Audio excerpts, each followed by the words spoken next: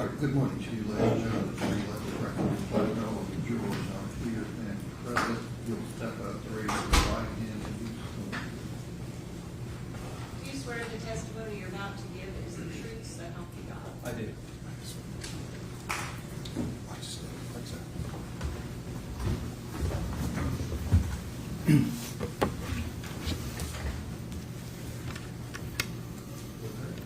Good morning, Sergeant Feeney. Can you please state and spell your name for the court reporter? Certainly, it's Colin, C-O-L-I-N, Feeney, F-E-E-N-E-Y. And where are you employed? I'm currently on an injury on duty pension. Had a few shoulder surgeries. I should be returned to work soon, though. Okay, and where does that work? The Metro Nashville Police Department. How long have you been with Metro Nashville Police Department? 15 years. And what was your assignment prior to going on leave? I was a overnight supervisor for the Hermitage Sea Detail Patrol Shift. Okay, and can you walk the jury through a little bit of your background with Metro Nashville Police Department? Certainly, I spent 10 years as an officer before I got promoted. Some of that time was spent on a flex team in South Nashville on midnights, and then I went to a burglary unit for about 5 years where we investigated residential burglaries, and then I got promoted to sergeant, and as a sergeant I was on the sea detail shift of Hermitage. And were you on duty on February 27th of 23? I was. Okay, in what capacity were you working on that day? I was the senior sergeant working, so I was the acting lieutenant for the evening. Okay, were you on sea detail? I was. And what are the hours for sea detail? 9 to 7:30. 7:30 a.m.? Yes, ma'am. And on the 27th, can you walk the jury through what you did when your shift initially began? Certainly, when I came in, I had a message from the previous shift that we had request to speak with the supervisor from the homicide division. I made the phone call to the number provided. It was, I believe at the time, Sergeant Chris Dickerson. He has since been promoted a few times. He advised me that they had an individual in the hospital and they need to execute a search warrant at her residence off of Lebanon Road near Spence Lane, and was asking for assistance from patrol. So we had marked patrol cars and uniformed officers present. I immediately sent 2 patrol officers to the scene, and I advised them to wait until supervisors arrived before they conducted any further police activities. And on the 27th, did you respond to 1522 Lebanon Pike? I did. Apartment 107? I did. And is that here in Davidson County? It is. Okay.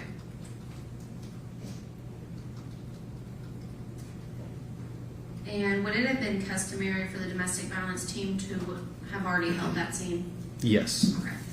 And for whatever reason, that was not done, but once it was determined a homicide, were you called out and did you follow protocol? We did. Okay, can you walk the jury through what protocol you followed once you got to that apartment? Sent 2 uniformed officers to immediately secure the outside of the location, the residence in this instance. Then we waited for the homicide detectives to arrive with a signed search warrant from a judge. We require a search warrant at that point because there's no one there to give us permission to access the property, so we have to get a search warrant from a judge to legally and lawfully search it. Once we had the search warrant in hand and we had the investigators from the homicide division and our technical investigative services, or now CSI, on scene, we knocked on the door. We had after receiving no answer, we had a key to the residence. We made entry, cleared the residence, and allowed them to continue their investigation. Okay, and we're on the 27th, were you wearing body cam? I was. Okay.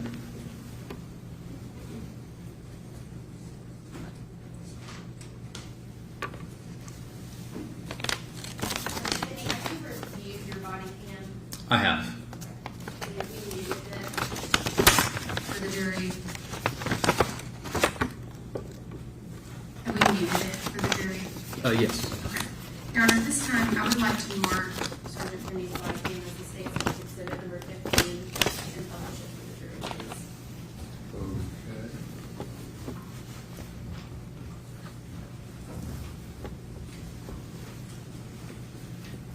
Sergeant Finney, does this look like your body cam? It does. Okay. As we played it, I want you to walk the jury through what you were doing, why you were doing it, who was there, things like that. Certainly.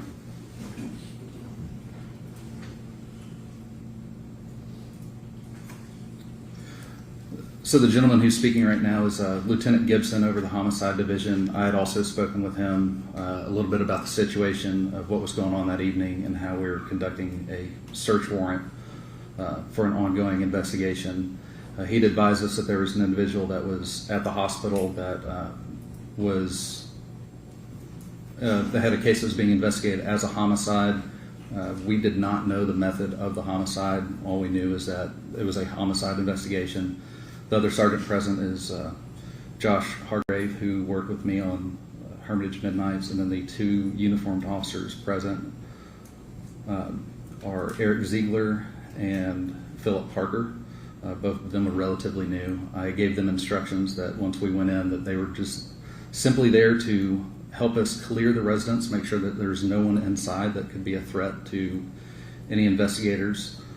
So our primary goal at this point is this would not be considered a very hostile environment to our knowledge, but we still take the precautions necessary. So we're just going to go in and make sure that there's no one inside the building at this point. Lieutenant Gibson has a key to the residence. At this point, he is announcing inside the residence, to making our presence known that we are the Metro Nashville Police. We're here to conduct a search warrant. That way, if there is anyone inside the house, I'm documenting the time with my watch, audibly speak it into the body camera as well.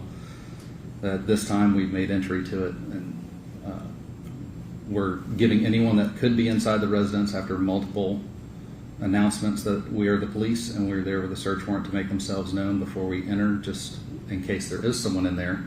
We don't run into a situation that could turn into a use of force situation or be a surprise to anyone. We want everyone to know who we are and what we are doing. Sergeant Finney, up there at the top, is that the date and time stamp for when you were executing the search warrant? It is. So it's February 27th, around 2 a.m. Is that fair to say? That's correct.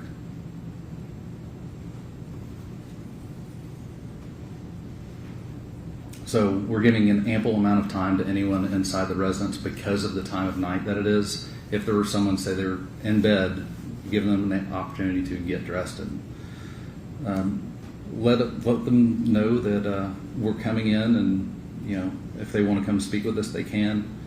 As you see, there's no sense of urgency at this point, so we don't need to rush in there like we're going after an actual individual because we don't believe anyone to be in the residence. Once an ample amount of time is given, we'll go into the residence. We're looking around just for any sort of weapons that could be present. We'll document that. We'll audibly tell the other officers that are going in there. So if we see knives in the kitchen, is obviously a place that there would be weapons. We're looking through, making sure there's no one inside any of the rooms. At one point, as we're walking through here, I do observe a handgun. Again, we were not told the method of the homicide. We just knew that it was a homicide investigation. So whether or not it's evidentiary, it's good to announce that, but it's also to let the other officers inside know that there is a weapon present in a certain location. So we're just doing a very precursory search of the residence to make sure that there's not an individual in there. Our role in this is to do just that and to have uniformed officers present, so it's obvious that the police are inside. So we're going to take the precautions that we can to make sure that everyone remains safe. Once we've completed our search, that's when the homicide detectives who are in plain clothes and our CSI unit comes in and does their investigation. So once we've completed the search, I instructed the two officers present to stay on the outside of the perimeter and just limit who has access to and from the apartment. Make sure that it's someone that has business being in there with law enforcement or law enforcement adjacent with our crime scene detectives, because not all of them are sworn personnel. So you can see we searched the residence. We didn't find anyone inside. So we're turning the scene over to Lieutenant Gibson of the homicide unit at this point.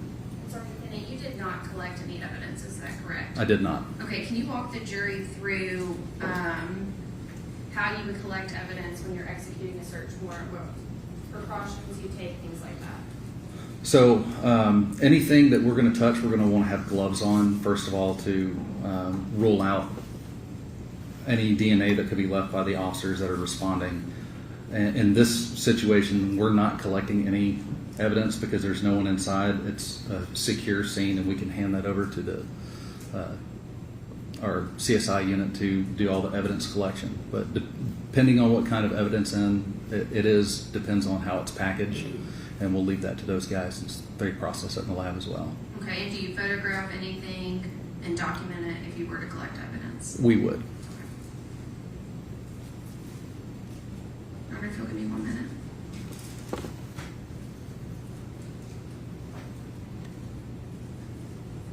All right, those are my questions.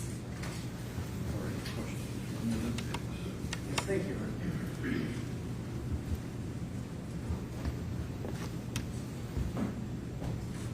Sergeant Feeney, did I understand you say you did see a gun in the apartment? Yes. And where was that? I believe it was in the bedroom, Do you know where in the bedroom? maybe next to the nightstand. I don't recall. So on the body camera with audio on it, can you hear you announcing that there's a gun? Yes. Is that something that other officers note also? I would imagine they took a mental note of it, but I can't tell you what exactly they did. So you're the only officer on the audio of that body cam that says something about the gun? Yes, because I was the only officer that went into the room when I was clearing it that saw it. Okay, so you're the only officer that goes in the room and notes the gun. At that point in the search warrant, yes. And that's actually on the audio of the body cam. Correct. Which we can't hear on this one. Correct. Were you present for the rest of the search of the apartment? I was not inside, no. Where were you positioned for the rest of the search? Out in the parking lot. What was your role during the rest of the search? I still had to supervise a patrol shift, so the rest of the search, I was outside. I had nothing to do with the interior of the residence. Did you leave before it was completed? I did. So you were essentially assigned to the entry team, and then once that was done, your duties were completed. Yes, I left the two uniformed patrol officers on the scene, so if the plainclothes officers and the investigators needed any assistance from a marked uniformed patrol, that they would be present. But I also instructed them that if they had to do anything else, to notify me. So you were available if they needed help, Yes, but your recollection is there was no help needed for the rest of the search. correct. We had 94 square miles of coverage that we're responsible for, so I can't sit on one scene all night. And this seems like an obvious question, but of course your body cam doesn't show the rest of the search. Correct. Are you aware if there is any body cam that shows the rest of the search? I am not. Are you aware if there is policy related to body cam footage during the search of an apartment? At that time, there was none. There was no policy, or there is no body cam? At that time, there was no policy that required you to keep a body camera on while you're conducting a search for residents. Typically, your crime scene investigators do all of that with a digital camera. Okay. That might record the actual Yes, but search. as to whether or not that exists, that's not in my scope of the investigation. That's not my role. Are you aware if there's currently a policy related to body cams during searches? I'm not up to date on our current policy. I've been on IOD for 2 years, Oh, wow. so You're probably ready to get back, huh? should be starting back soon. So, Well, congratulations. thank you. Were you provided any information and related to sort of what the nature of this entry was or this search was related to before starting the search? I was given information by the homicide unit that this was something that should have been done the previous day by the domestic violence division, and they failed to do so. So now they were having to come in later than they would have liked to conduct the search warrant, which is why I instructed my two officers who are relatively new to not touch anything and not get overly involved, because this would be going to trial in a few years, and it was less than ideal circumstances for them. What part of it was less than ideal? Well, when you're a new officer and you don't know what you don't know, so you don't know what you need to be looking for, you don't know what you need to announce, you don't know what you need to pay attention for, because whether or not you can recall something, 3, 4, 5 years later, is when you're brand new. Those are things that you don't understand what to look for and what to do. So that's why I made sure that myself and another sergeant came out and were present at the execution of the search warrant.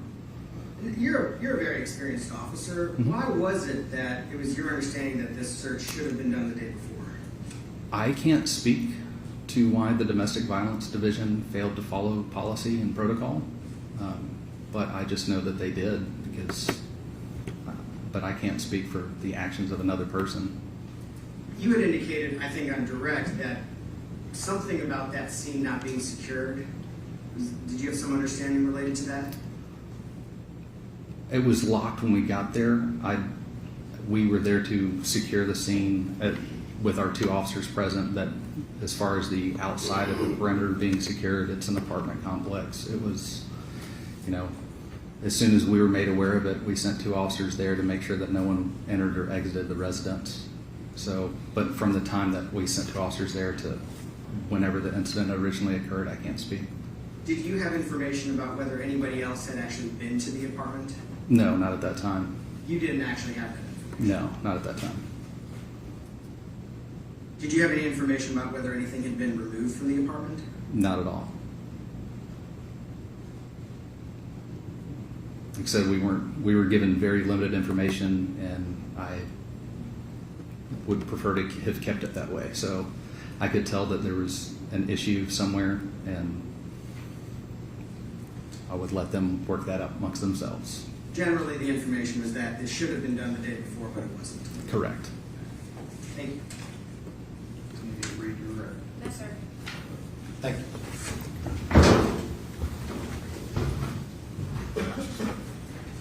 Who's that with? Jason Terry.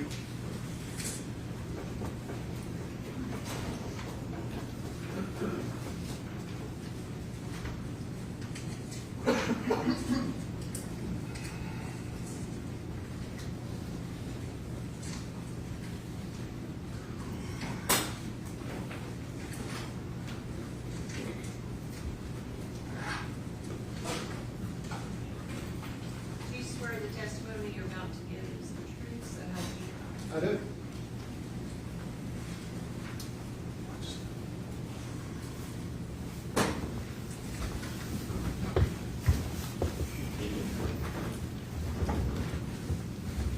Sir, would you please state and spell your name? Jason Terry, JASON, And Mr. Terry, what is the current state of your employment? I'm a retired Metro Nashville police officer.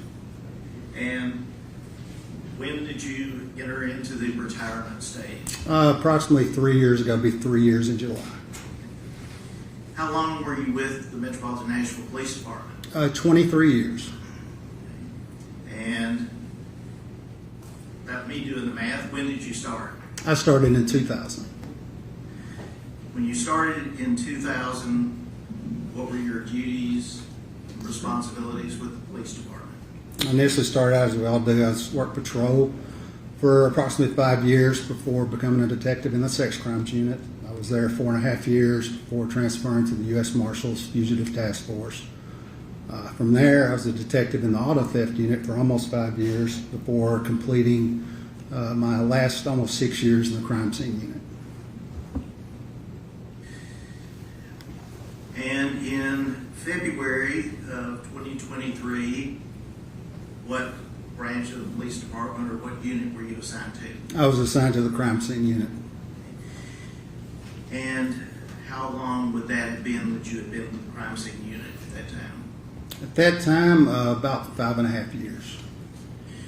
During those 5.5 years, had you responded to few or many crime scenes? Quite a few. Now, what does the crime scene unit do? What we do is when we get called to a scene, and here in Nashville, most everything we can, if we're requested, will come out unless we find a reason not to.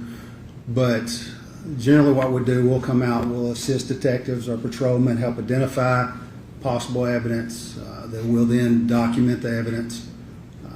We'll collect it and then help preserve it by the way we package it and by the way we take it down to our property room for storage. And to work in the crime scene unit or CSI unit of the police department, do you undergo any specialized training? Yes, initially the training is for the ones like me that were sworn officers. We have both sworn and civilian crime scene technicians. With the sworn officers, it's pretty much initially on the job training because we have to have a minimum 3 years of service before we can even apply.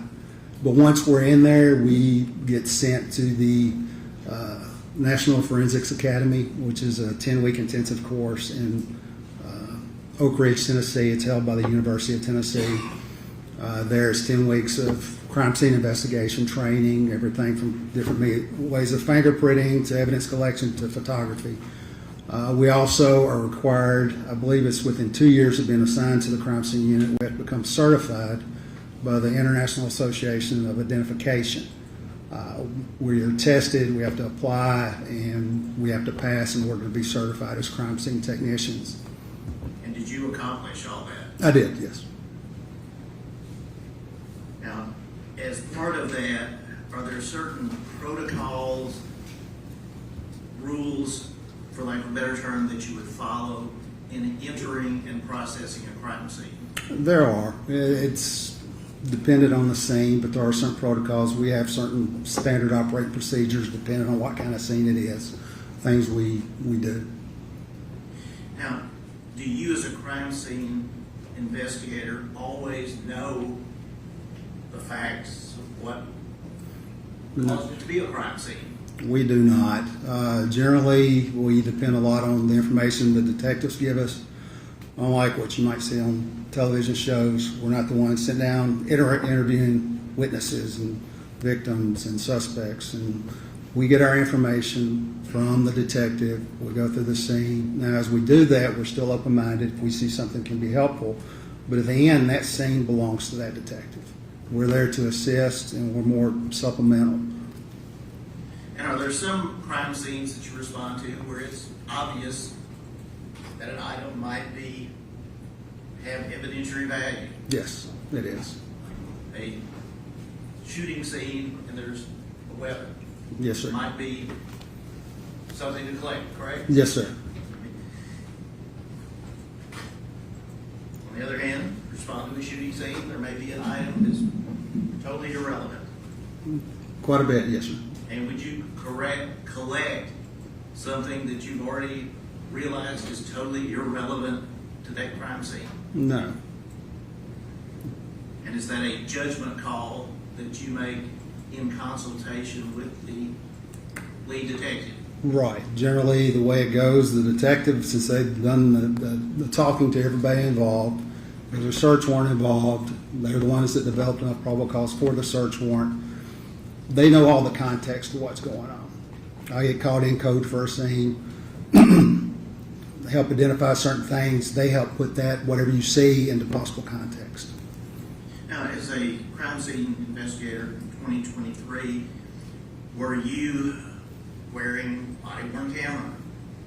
We were assigned them because, like I said, we're a sworn officer, but the basic function of a body-worn camera is your interaction with the public. So we weren't required on scenes or in that because we dealt with officers 99% of the time. So we had body-worn cameras, but we weren't required to have them on at a scene because we weren't interacting with the public. And therefore, you be filming, you're collecting evidence or packaging it, or No. doing anything like that? We would not, no. Okay. However, when you do go to a crime scene, is it recorded in another method? Photographs? Yeah, that's one of the means we document it. There's several different tools we can use, but the one in almost every crime scene I've ever worked, we photograph the scene. That's our main way we document a scene for future reference. And when you go to a crime scene, would the detectives and or other officers normally be there ahead of you? Yes, of course. And as the crime scene investigator, do you have a protocol or standard operating procedure of how you view and assess the scene on a step-by-step process? Everybody, it probably varies slightly, but yes, I had my own unique process. Like the way I'd write my reports, I'd speak with the detectives, see what they had, see what they required of me. I would then usually maybe walk the scene with them or go through the scene and initially take photographs because that's how the scene was when I arrived. And then after that, I would go back through, depending on what kind of scene it was, and collect any evidence that was observed. Now, are you initially the one who would enter the apartment or the scene first? No. When you were working as a crime scene investigator, Metropolitan Nashville Police Department, in February of 2023, were you requested to come to a location at 1522 Lebanon Pike, Apartment 107? I was. And do you recall approximately when and where you were when you received the request? When I received the initial request, I was on as a death scene in South Nashville. Because I wasn't off that scene yet, we were running short that night. I believe I talked with Sergeant Chris Dickerson from the homicide unit who was requesting us. Spoke with him just about what they had, what they were needing from us, because if it meant we needed certain equipment that we use, which is only kept at the office, I would have to go from South Nashville to Madison, where our office was, and then go back to Hermitage or there on Lebanon Pike address. Okay. And referencing crime scenes, does the nature of the crime scene and or the request for assistance determine on how many crime scene investigators might go? It can. There are certain specific crime scenes which require a supervisor, even if they're not working, we have to page them out. I work the midnight shift, 10:30 at night to 7 in the morning. And if you had one of those types of crime scenes, say an officer involved shooting, aggravated assault on an officer, a homicide, which was known to be a homicide at that time, we'd have to do the certain protocols we have, and you would have more than one, hopefully, that would come out because there's several different things that you would do more administratively with regards to that scene. And because of the nature of this incident and call, how many individuals from the crime scene unit responded? One, me. And when you left the other South Nashville scene, was there still work going on that one? I don't recall. I believe usually when it's a death scene, non-suspicious death, once the medical examiner who usually calls us out there, I'll clear it with them. Y'all need anything else from me? Once they say they don't need anything else, I'll leave. And did you go directly from that scene to the I did. Lebanon Road? I did. And you recall approximately what time you arrived at 1522 Lebanon Pike? I believe I originally had the call at 1:35 in the morning, and I arrived there a little after 2 a.m. And were you familiar with that location? Oh. Have you been there previously? Familiar with the location, and I'd actually grown up probably less than a tenth of a mile down the road from that location. So when you arrived, describe what you observed with respect to law enforcement presence. Right, there was multiple law enforcement there, police, different bosses within the homicide unit were there. I said the main point of contact I had was with Chris Dickerson. I arrived on the scene, they identified, Detective Reese has been the lead detective. Initial thing I'll do, I'll get out and immediately write down on what we call an ID work form. It just denotes the date, time. It's usually the initial photograph you were taking, a series of photographs for that scene. I fill that out, and before I even get in, I meet with Detective Reese meets me, take possession of a comforter and a washcloth that were in a double bag trash bag.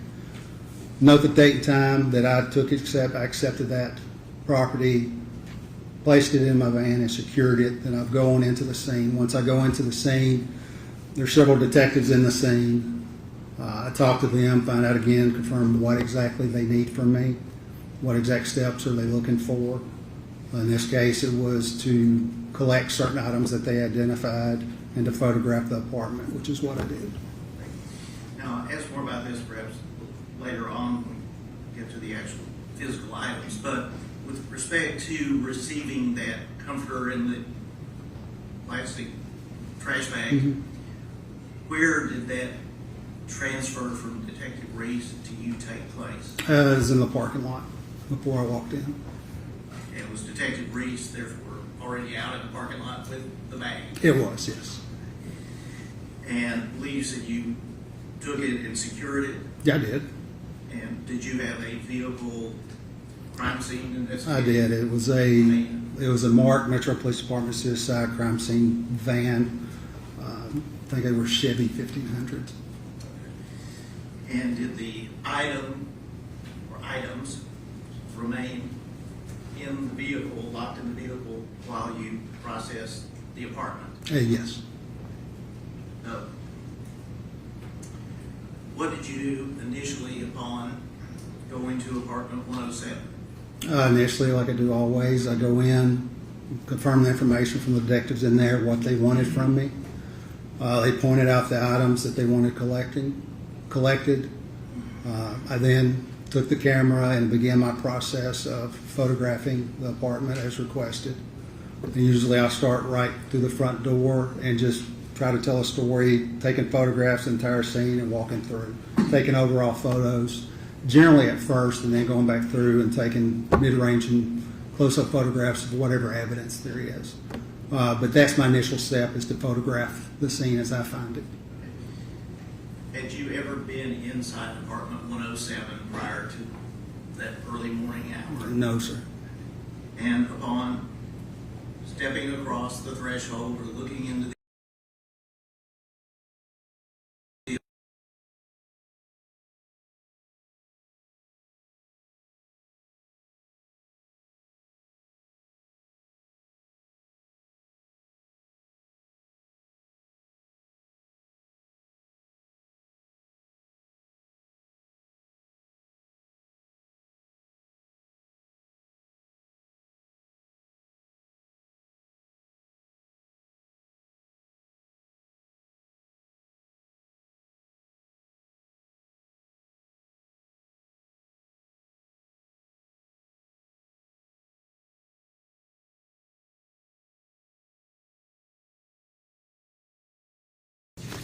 Terry, do you review that you will see those before?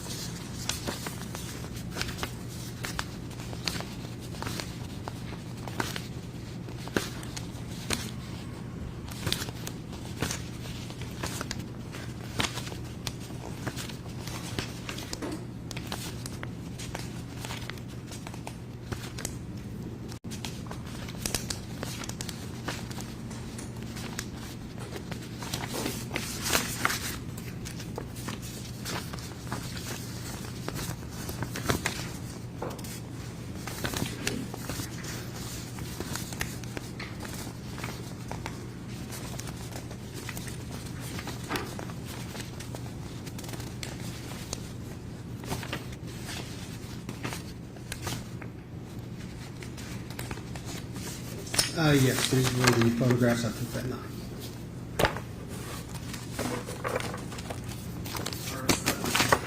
Faithfully request they be introduced as next number exhibit, request is published in the signature. Okay. 16.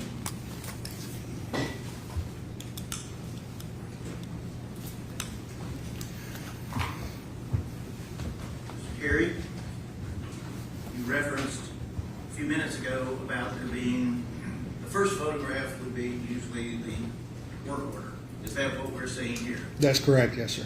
And what is the information contained upon that document? What it contains is the date and the time the series of photographs begins, the complaint number for that particular incident that I'm out on, what type of call, the 10 code for that. Victim, I didn't have the Ms. Denning's information at that time, so UAT means unknown. The address where we're at, the scene, and who requested us, along with my name. Now, with respect to the complaint number, you may have heard a little about that before, but is that a unique identifying number? It is. A complaint number is specific to each individual incident that the police department gets called to, or they do a report on, or most everything they have to do with. The 23 just denotes the year, and the rest of it, like in this case, 120532, is the 120,000 plus complaint number issued so far that year. And what, if any, significance does that have with respect to your work as a crime scene investigator and the collection of evidence? Everything I do, all the paperwork I submit, including the evidence that I collect, it's all packaged and stored at the property room under that complaint number. All the paperwork is associated with that complaint number. Now, I believe you said earlier that one of the things you do is to speak with the detectives to have an idea of what might be relevant in the nature of the call. Is that correct? That's correct, and that's definitely the complaint number. We always want to make sure we're on the same page, the complaint number they have, because everything they do gets tied into that complaint number too. Just make sure we have the same complaint number. And based upon getting that information, were there items that you were looking for based upon what the detectives had advised you? Yeah, correct, yes. Okay. And on the next photograph, what are we seeing here? This is just the initial external photograph of where Ms. Denning lived, the building. Just a close-up of the sign denoting the building and what apartments are in that building. And if we were standing looking at that 1540 in the apartments, where would the person be who is taking that photograph? Outside. Okay. And it's the parking lot. Yes, correct.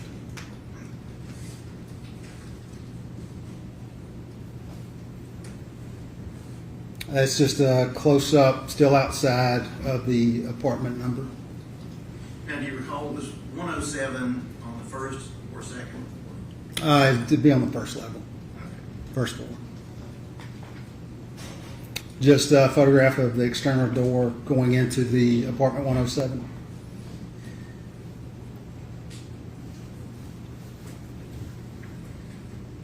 I think we've already covered this, but was the door open or closed when you first walked up to it? When I walked up to it, it was unlocked. Yes. Okay. And so did you pull it back to take this photograph? That I don't recall if the door was propped open. I believe it was shut when I first arrived and took the photograph. I don't recall. And the reason I ask that is once you entered, were there officers inside as you were taking your photographs? There were, I think a couple of homicide unit detectives were in there. Right. Now, we've gone to the next photograph. What are we seeing and where are we in the apartment? Yeah, this is immediately as you come in the door, the first photograph. Captures part of the kitchen because the apartment, the way it's set up, you walk directly into the kitchen, the door.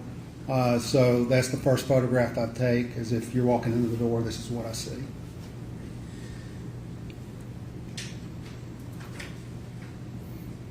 Again, with a little better flash, just kind of working my way around the room. Same location, just shifted a little bit more to the right.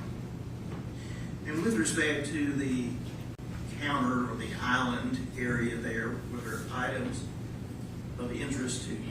There were, yes. And what were the? The items of interest that have been identified to me by the homicide unit were the two bottles, the Minute Maid and the V8 splash bottle there in the middle. This glass, which was half filled with clear liquid, and this glass, which was empty.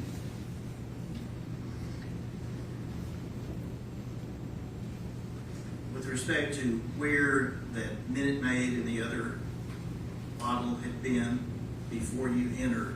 Are you aware of where they were located? I was advised that those bottles had been placed on the counter by the homicide unit who had removed them from the refrigerator. Hit clear. Good. Oh.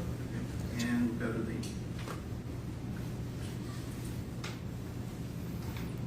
This is just a photograph of the island at the center of everything. and when I asked a few minutes ago if there were homicide detectives inside Yes. while you were working, There's one of them there to the right.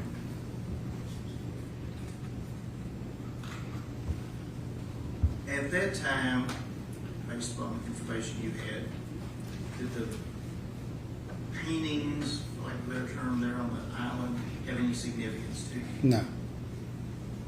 Did you consider them to be evidentiary matters to be collected? Not from the information I had at that time, or just from looking at it, I didn't see anything of value. Move on. And in this, again, you're saying you're panning or taking views from different angles, is that correct? Yeah, it's just where I stand in the same spot initially, and I'll just kind of slice the room up like a pie and just go around from one corner to the other corner. And you made pie, or said the word pie, that made me think, did you see any food? There was on top of the stove and the pan, there were cookies, baked cookies. Did you notice any security camera surveillance inside the apartment? I would direct your attention to where Detective Mathis. Yeah, I had to think that for the second. Just, right there in the corner, right there.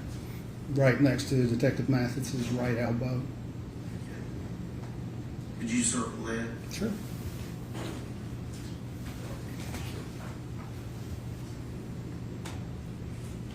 Did that appear to be activated or? No, from what I recall, no.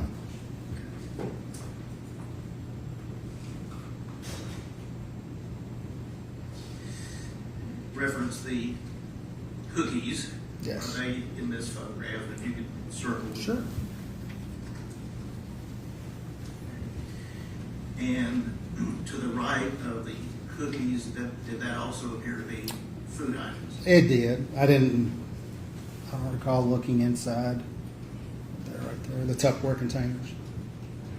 And again, with the same sort of question, did those have any evidentiary value with respect to anything that you knew about this case? No, sir.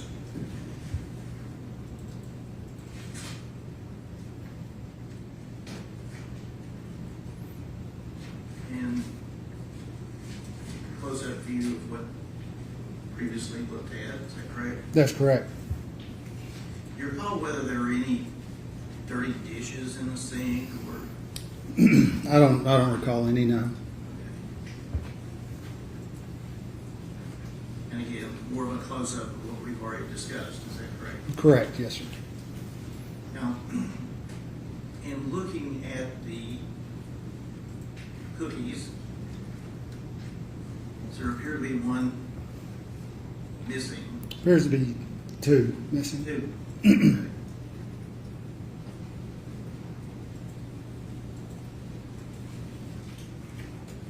And where is this? And is this still Detective Mathis in the background? It is. This just shows just down from there the position of where the trash can was in relation to the rest of the kitchen. It just shows a more complete photograph of the kitchen.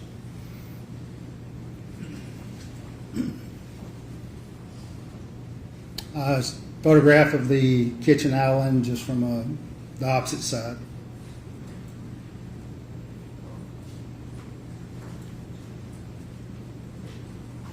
Close up of the glass that was identified to me by the homicide unit and the clear liquid inside. And was that one of the items that were later collected? It was, yes. This photograph of the Minute Maid bottle and the V8 splash bottle, again, that had been identified by the homicide unit as things they wish collected. Close up of those same two bottles. That's a close up of the empty drinking glass that was also identified by the homicide unit as something they wanted collected. Other than what we're seeing here on the island, do you recall whether there were any other drinking glasses on any other counter or elsewhere?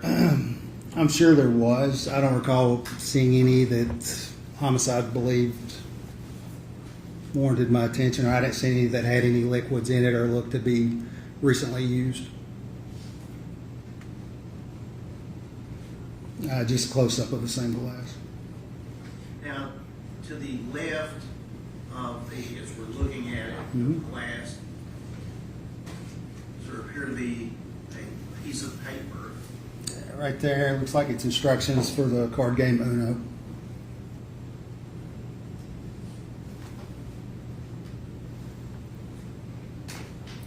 It's just an overall shot of the living room area.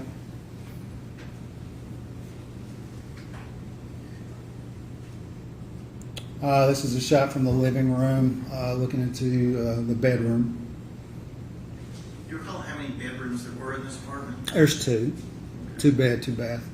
And which one are we looking into now? It's the only one that had a bed in it. I assume that was Miss Denning's room.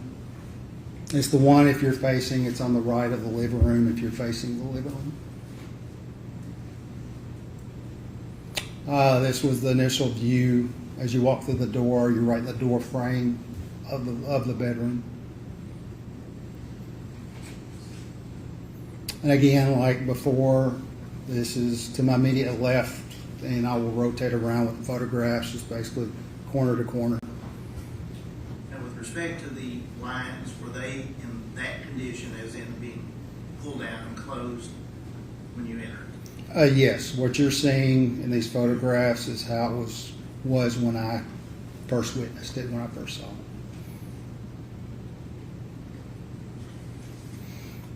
Again, just the opposite corner, showing part of the bed and the window.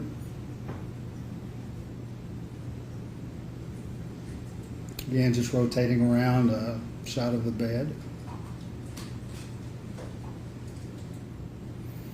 Again, rotating around to the opposite corner and showing the door to the walk-in closet. With respect to the glass, the drinking utensil there on the end table, did that have any significance? No. And in fact, did you collect anything from the bedroom? No, the only thing I collected was there on the island, per what homicide instructed and what they wanted.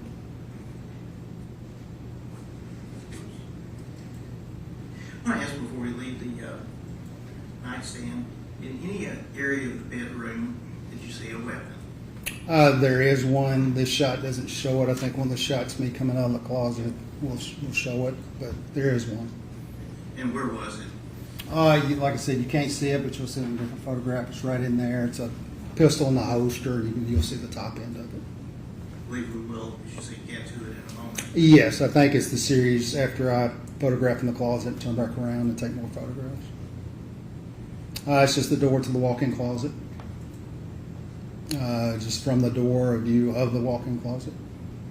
And did you, for lack of a better term, search that to any extent? I visually searched it. No, I visually searched it, looked through it. Again, the homicide unit detectives were the one executing the search warrant and it signed off. So, Were you directed to collect anything from there? no, sir. It's just the closet floor. Just working my way up to the what's on the hangers in the closet and the tops of the closet.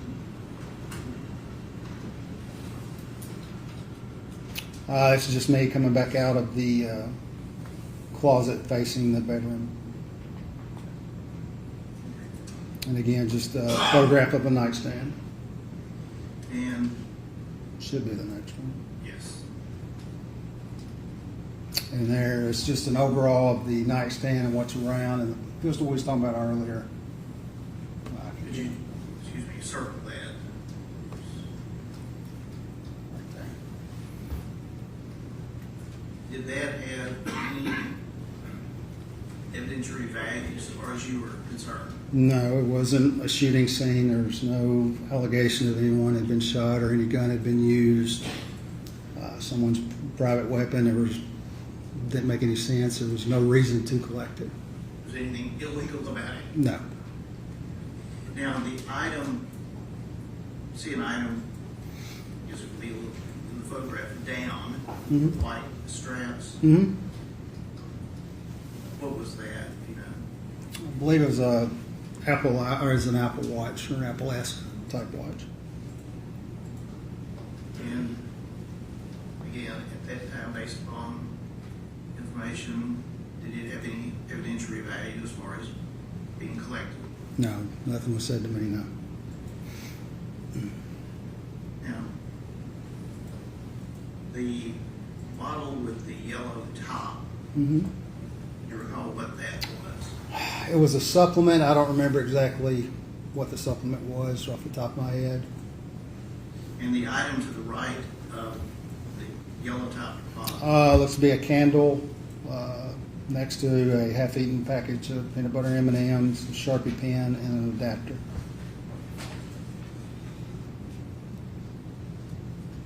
Now, you was walking out of the closet, correct? Correct. Again, just a different series of photographs there, just from a different angle.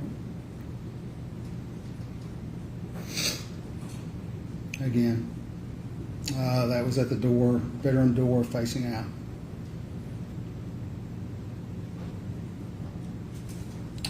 Just to the left before you walk out, there's a door on the left that was the bathroom in the bedroom. That's what this is. Recall how many bathrooms there were? 2. So this is the one off the, One off the, what they would call the master bedroom, yes.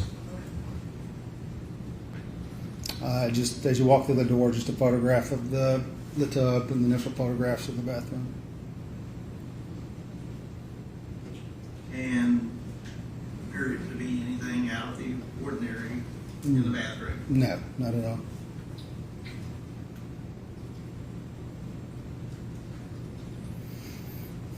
Again, just same series, just different angle. Same bathroom, different angle.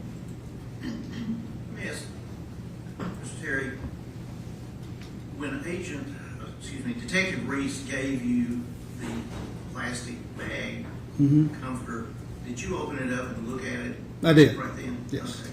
Okay. And what, if anything, was within the white bags, trash bags? It was a blue comforter and a yellow washcloth. I'll say, did you, in looking through the apartment, see anything similar to the washcloth that was in the bag? Yeah, it looked similar to those up there.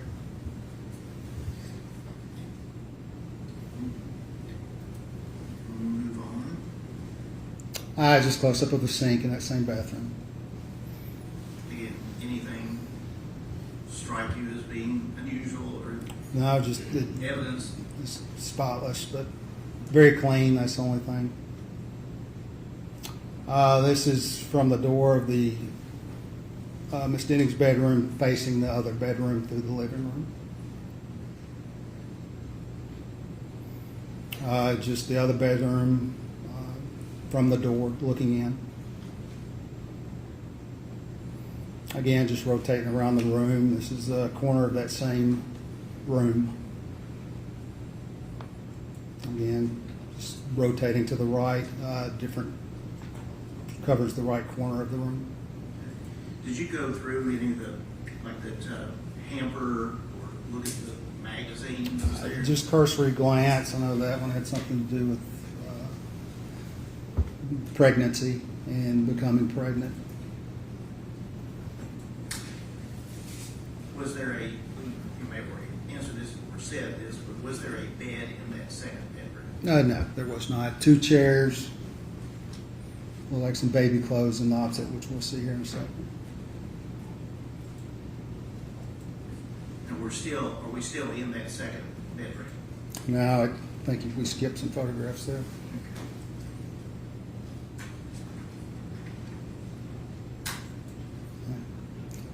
Because this is facing the bedroom from inside the walk-in closet attached to the second bedroom. So did you spend any great significant amount of time in that second? Yeah, photographed it from a couple of different angles, yes. There we go. Photograph from inside the closet, or from the door leading into the attached walk-in closet.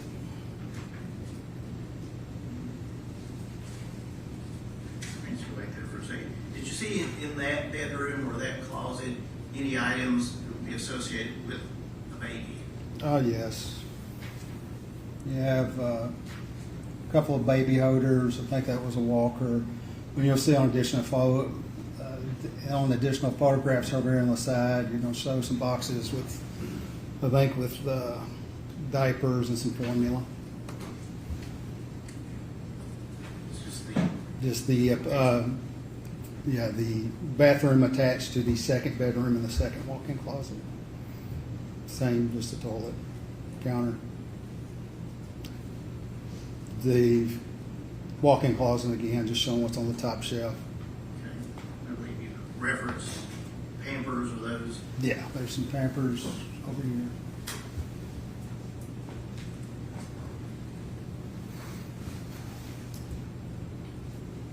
It shows the far corner from the bedroom looking into the walk-in closet. This was on that shelf that I just took. You got some white, some formula, diapers, different items relating to child care, infant care.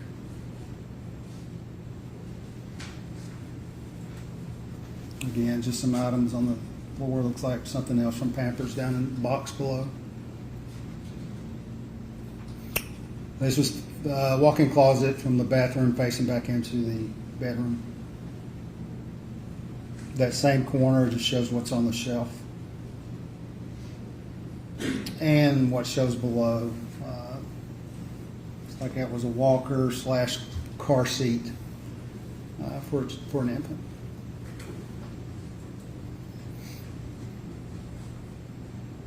Just more of a close-up view of those same 2 walkers and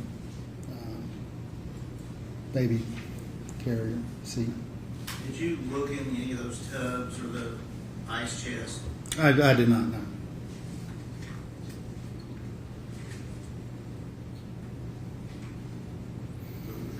That's all.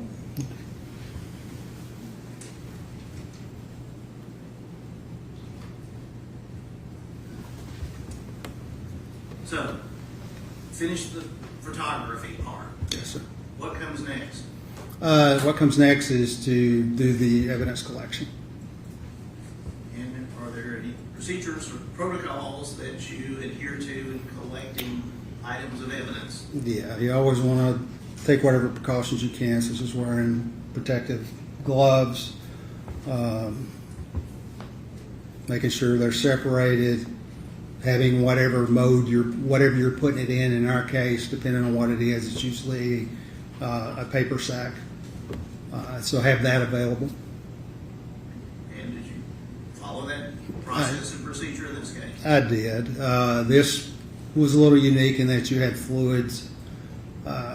Normally, when it comes to any kind of fluids, we'll just do a swab of it. In this case, I thought it was more important to get a larger sample of it. So the clear liquid in the drinking glass, I put like in a little plastic vial that we have. That's specific for liquid collections.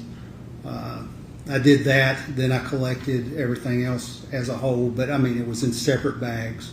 You denote the time and the date that you actually take possession of it, that you take custody of it, and you make sure that's marked down also. Okay. And is that actually placed on the bag or the whatever the evidence is placed in. It is, along with the complaint number, where it was obtained from, what exactly is in that individual's sack, and date, time. Council has seen these items before, but I can bring the box over if I want to look again. Okay, thank you. I apologize if this may take a minute, but if I could have these items passed up to Mr. Terry one at a time. And actually, let me pull it over here. This way I can show you which one.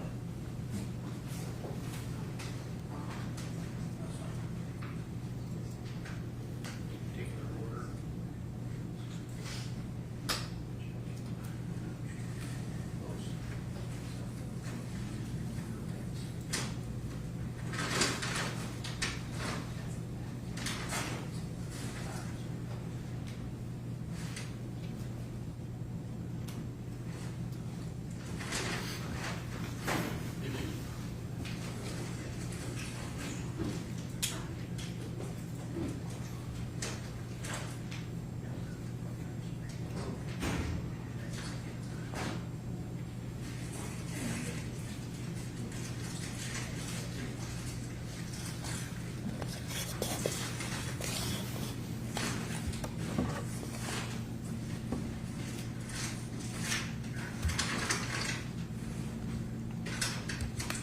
Now, if I could ask this, I don't, maybe we'll get it over here anyway.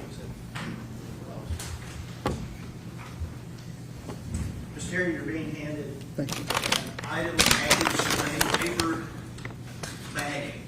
Can you look at that and tell us by the markings and identification whether or not you recognize that? Yes, this was the packaging for clear drinking glass, and I have it denoted on the bottom inside the box. That wasn't recovered at the scene. That was just the means of safely packaging it within here to make sure it didn't break.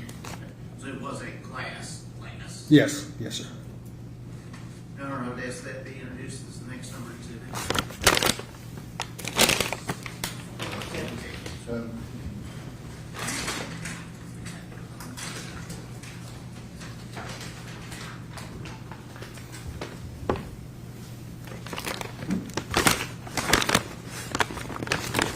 This is the glass that previously held the liquid. The reason I know that is because I put that on the bag just to differentiate the other one that was empty when we found it. One thing I didn't talk about earlier is the way we know is, again, complaint number, type of call them out on, the address where it's recovered, date and time it's recovered, and exactly what's inside the box. This tape is done by the lab, so is that, but the initial tape is called integrity tape to make sure no one has opened this. After I sealed it, the way you know that is from the integrity tape, plus I put my initials and the date that I sealed this. Your Honor, would that be exhibit 18? okay.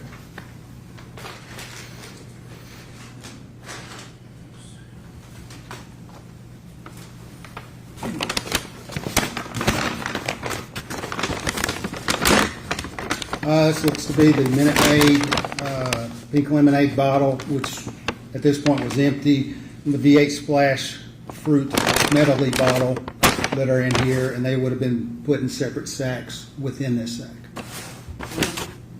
You recover something that has liquids in it. Mhm. What is done with? The liquid, once it's packaged like everything else, packaged and put in the property room because the detective decide what testing is needed, what they want to be looked for. Because this is, at the time, we didn't know exactly, or I was unaware what drug or if a drug had been involved. It's packaged in the way that we would normally package any type of drug, which is in a clear bag, and it's double bagged for safety. I believe that would be exhibit.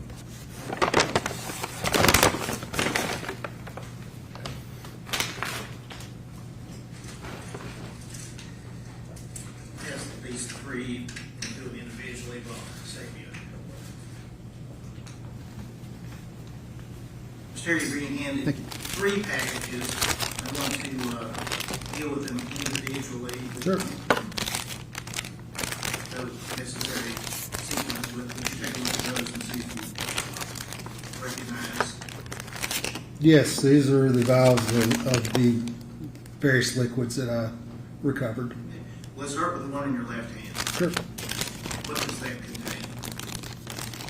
contain? This is a sample of the liquid from the water glass, the clear liquid from the water glass. All right, ask that be introduced as exhibit 20. Okay. Now, we can go ahead and get it, just so they don't get it.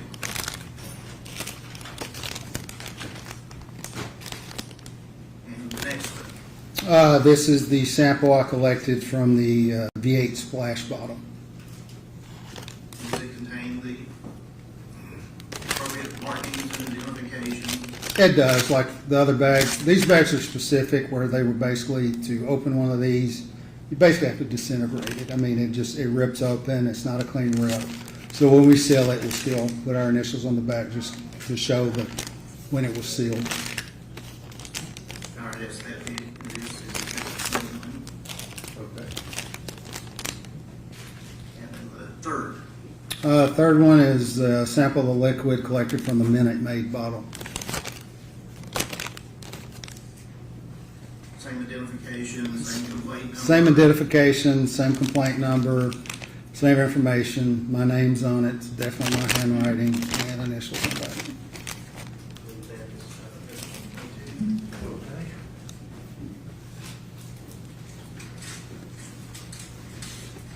Now, talk about the item you received from Detective Reese. Yes. Did you process that, or you said you looked at it, saw a comforter and a washcloth? Did you process it with respect to packaging or repackaging there at the scene? At the scene, no. It was transported as is to our office, CSI office on Mott Drive in Madison. And what, if anything, did you do with those items there? With those items, we call them drying cabinets. They're just the big cabinets that you put things in that has air that circulates around that helps dry wet items. Because, from my understanding, there had been substance on the comforter. I placed it inside the drying cabinet to ensure it was dry, because if you turn in articles of cloth or most anything and you package it wet, it can mildew and mold over time, which can compromise and contaminate evidence. And with respect to the trash bags, Those are packaged separately. They came with the comforter and are packaged separately. if I could ask this item, the next witness.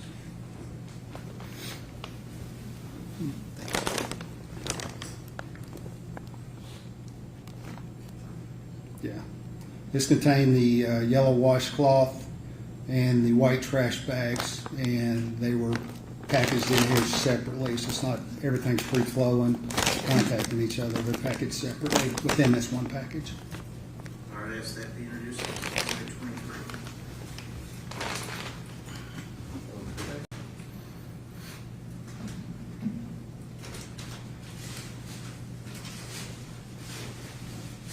And work my way around with this item. I'm not approach one. Okay.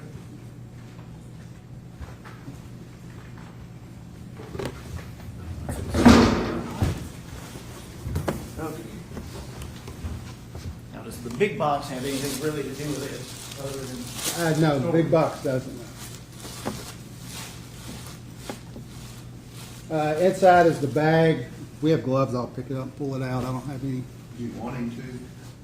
You need me to Well, I lift think it up? the paper bag, we're not gonna ask you to open it and get down to the actual comforter. You want gloves for the bag? Yes, sir. So it's Okay. not gonna lift it out. What is the significance, if any, of the red? The red, these bags are used to package things which might contain a biohazard, blood, semen, anything, any bodily type fluid or anything of an unknown. That's what that's for, because they're labeled on here, biohazard on that side.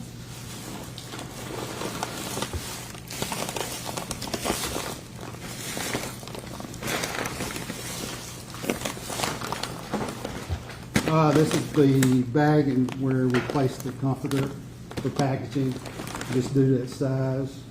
On here is the same information as the other bags: complaint number, type of call, location, date, time collected, and what's exactly in here. Also have the complaint number written on there. No, you can't see it on here. My name is on the integrity tape and initialed also.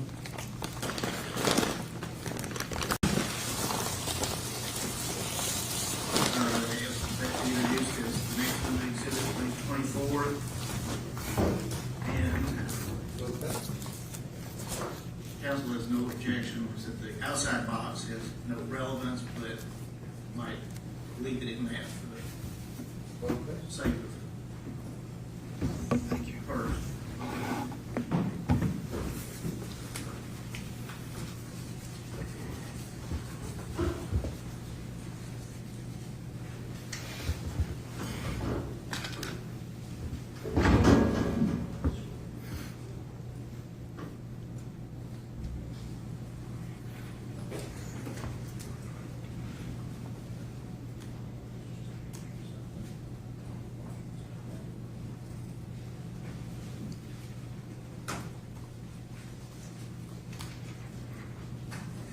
Of course, permission to ask that this small photographs be passed to the witness. All right.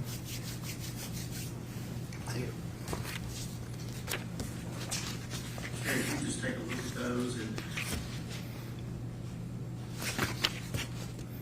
see if those correspond to the markings and labels on the comforter and trash bag exhibit that you previously discussed.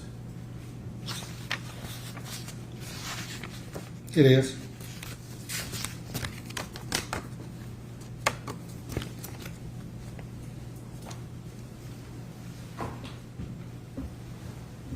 Or if I could just, You need the hard copy? just put these on, Okay. if I could publish these briefly.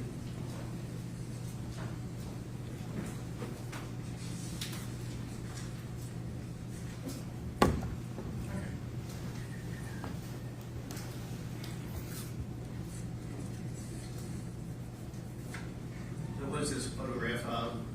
It's a photograph of that same bag I just showed you, containing the blue comforter. Of the markings on the bag? Yes. And this, the Yeah, that's just something placed on there by our property room. Basically, the information provided on here is the same thing that I place on the, that entered into the property sheet that accompanies the property. Can I ask you about the property room? We talked about a drying cabinet at the Myatt Drive, Mhm. your office. Yes. What is and where is the property room? Property is behind the East Precinct off Trinity Lane, huge building behind there. And is it what it? It is sounds what like? it says. It's not manned 24 hours, and on our shift, working midnight, they have an officer's, what they call an officer's workroom that contains various and numerous lockers of various sizes that we can store the recovered property in and lock it up, and they're the only ones that have keys to the locks.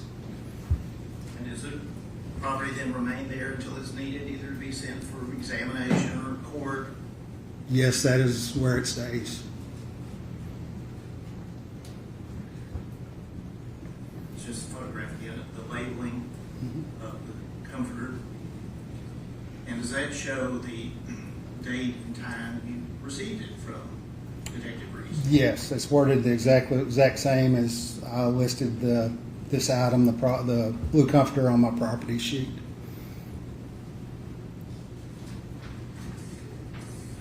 And then photograph of the outside of the trash bag that's previously been there and used, is that correct? That is correct, yes, sir. And here you can see perhaps a little Yeah. close-up of the labeling for that bag, is that correct? Just the property label that's placed on it is the property room, containing the same information, containing the washcloth collected from Detective Reese. At 0219 hours on the 27th of February.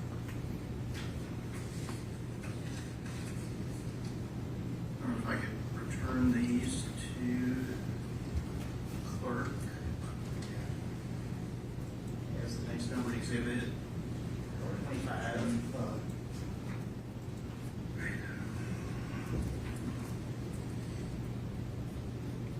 Collection, packaging, processing, is that your responsibilities in this case? Collecting and packaging, yes. I do not, the only, if you want to use terms such as photographing, the actual processing, I do not do. So after your job is done, it goes to someone else. That's correct. Whatever requests are made from the homicide detectives, it'll follow the property to the lab, and that's where the testing is completed. At this point, once I have everything turned in, packaged, paperwork complete, my involvement in the case ends until usually I don't hear anything about it. I don't get notified of results. Usually the only time I know that a case has come through fruition is when I get notified 3-4 years later for court. And that's where I learn the result of the testing and anything like that. But as soon as this part of it is done for me, that's my involvement is over. You're on to the next call. Yes, sir. One thing I wanted to ask about, we went through a lot of photographs of that apartment. Mm-hmm. 2-bedroom, 2-bath. Throughout looking and photographing that apartment, did you see any alcoholic beverage I did not, no. or any alcoholic beverage containers? No, sir. Did you see anything of drugs, any? I don't recall. I can't remember if there was a. No, I don't believe so. No, I was fixing to say I can't remember if there was a pill bottle on the nightstand or not. You said it was a supplement? Yes. Okay. But with respect to, have you worked scenes where there have been drugs? I have, yes. And have you worked scenes that really didn't involve drugs, but there were drugs there? Yes. So that's something you would notice and document. Yes. And as far as any drug paraphernalia, right, pipe, blunts, whatever, did you see anything like that there? I did not.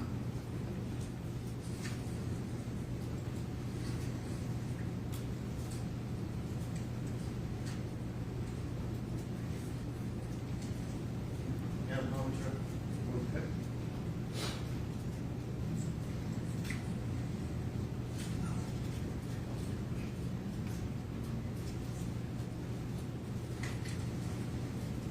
I don't know if this comes with a medication or not, but did you see an EpiPen or anything No, I did like not. that No, sir. there at all? And I believe where you asked about body-worn camera and videoing Yes, sir. while you're there, but do you do that while you're packaging the evidence? No. Again, the purpose of body-worn camera is your interaction with the public. It would only be on if I'm actually out performing police duties, a traffic stop, or I decide because I'm a sworn officer, I would answer a call, back up another officer, then it would go on like normal, but not there, no. Those are my questions. Fine. Questions? Have Mr. Taylor. Thank you. May I please see Exhibit 16 and Exhibit 25? 25.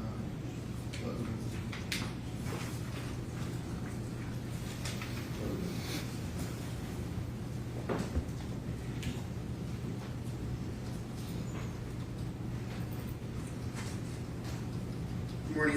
Is Officer Terry still the appropriate? Mr. Terry, Jason, either or is fine. So I'm going to say Officer Terry since it feels appropriate here in this Yes, sir. setting. Yes, sir. Officer Terry, you clearly have a lot of experience as a trained officer doing these kind of investigations.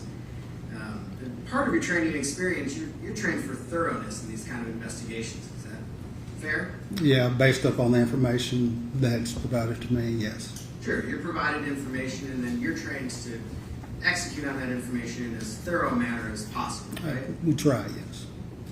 And part of that is to gather anything that might be potential evidence, right? Based on the information we have, yes. Sure. Yeah, And this is particularly true when we know it's a very serious case, right? potentially, yes. And at this point in time, in this case, you had been communicating with Detective Reese, who's a homicide detective, right? Yeah, and I talked with Sergeant Dickerson from homicide. Who's also from homicide. Yes. So you knew that this was potentially a homicide investigation. Potentially, yes. Just due to the, yes. They were treating it as if it might be a homicide investigation. Is that fair? Yes. Usually homicide doesn't get involved if this is something that might not be treated as a homicide investigation. Is that fair? Not necessarily. If it's something of importance, of something they need, the homicide guys are generally considered the best detectives around. They will, something an unknown such as this, initially, it can go to them, yes. But the information you have is that they were concerned about it being a poisoning. Is that? Possible ingestion of poison, or in this case, a drug. That might have been something like a homicide, right? It could have been, yes. So in that situation, everybody's kind of trying to do their absolute best job, right? Yes. Preserve the most evidence possible. Preserve what we can, yes. And so that information that you had was, we look for anything that could be related to potential poisoning, right? Based on, yes, what homicide detectives have told me. And of course, you're taking directive from Detective Reese. Is it Sergeant or Lieutenant Dickerson? I don't know what his rank is now. Right. Chris Dickerson, Thank right? you. Yes. Okay. So you're taking directive from those two in terms of what you should be focusing on. Right, correct. And obviously, if you see something that sticks out to you, you're going to collect that as well. Yes, I'm going to ask about it. If it fits in with the information they have, it's a relative, I'll ask that. And you have some, particularly since you're a very experienced officer, you have some leeway to collect additional things that maybe appear important to the case, right? Oh, yeah, I would definitely talk to them about it because they're the one executing the search warrant. But yes, of course, I would talk to them about it. So your kind of limitations are you don't collect anything without their approval. No, I don't need their approval, but like I said earlier, it's their scene. It's their responsibility regarding, because they're in charge of the investigation. And I would talk to them about it. Let them know we have this might be something we need to collect or we don't. I would talk to them about it if there was any kind of conflict. That's a really good team over there on the homicide unit. I've worked with them several times. So that wouldn't be an issue of communicating. But I would definitely want them to know I'm just not going to arbitrarily start grabbing stuff. So yeah, it would be discussed with them. But ultimately, they give the yay or nay on what you're collecting. They can. I mean, I can collect it anyway, but yeah, they can give the yay or nay because, like I said, they're the ones that have all the available knowledge that you can at that time because they talk to everyone involved. So, I trust what they're saying. So, the information that you have is potential poisoning, potentially drugs were involved, and we need to collect things that could be related to that information. Right, and potentially a pink liquid. Pink liquid. Yes. And you knew you were directed to collect the clear glasses, right? Yes. And the pink liquids. Yes. Before we get into the specific things that you collected, I'm going to put a kind of pin in that. Yeah. Did you have information that people had already been to that apartment before you had been there? Yes. What information did you have about that? That just I think family and friends had gone in previously, documented what they saw inside, and collected a comforter and packaged that comforter. So you understand that that was kind of in coordination with law enforcement? No, not with us. No. In your experience in working homicide cases, serious cases, is that kind of what you want in a scene? No, it's not preferred. No. What would you prefer in a scene? I would prefer that we have the initial access, just if for nothing else, how things are collected, packaging, the order in which it's done. That's much more preferred. It's much more way to keep everything secure. What concerns does that raise for you? Several different concerns, but just generally the security of the crime scene. When you say security, what does that mean? Because that sounds like a specialized kind of term. No, security of the crime scene just means that the crime scene itself remains as pristine as possible. Pristine, like nothing's been moved, nothing's been touched inadvertently. Correct, yes. Because you want to see an exact snapshot of how something that's supposedly a crime scene was at the time, right? Well, as close as you can. That makes your job, your ability to collect and preserve evidence, you can do it exactly how it was at the time. Yes, as close as possible. As Yes. close as possible. Yes, sir. Sure. Did you have access to any videos or anything of what happened when people were at the apartment before you went? No. Were you given a description of what occurred when the people went to the apartment? Just a brief description regarding what exactly they did. Yes. Were you told how many times people went to the apartment? No, I was just told that once, but I don't know if there was other times.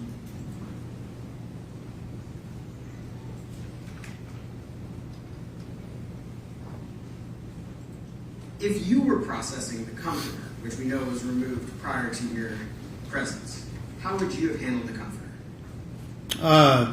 After photographing it, doing the same sequence I would do with everything else, it would be placed probably at that point leaving the scene, just because comforters are somewhat difficult to package, and even the oversized bags, that wouldn't be done on scene. More likely it would be packaged on scene in a biohazard, one of those big red biohazard bags, and put in that and secured for transportation. And are biohazard bags specialized? Yeah, there's just, like I said, the big red bags that have biohazard on it. So does that mean nothing can get in or out? That's a trash bag, yeah. I mean, it still has to be secured, but yes. Is it different from like a store trash bag? I'm not sure of the quality of it. To me, they might feel as sturdier, but I really don't know. Is it closed fully, like you tie it fully off? You have to tie it fully off, yes. And that's your protocol? Yes. Well, yeah, that's what I would do. Do you then put it inside of like a paper bag that's sealed? Well, no, not for transport. I would just put it inside there, and generally, depending on the possible biohazard, and if there's a lot of liquid, if not, I will place it on some butcher paper that I kept inside the van, or absent the butcher paper, use some of those the evidence bags, lay that down and set it on top of there. If there was any kind of biological material like chunks of vomit, to be blunt, Yeah. is that something you would collect independently? No. That would you just leave that on the comforter? I would leave that. At best, I might do a swab just to be on the safe side, but that would lay us down the comforter.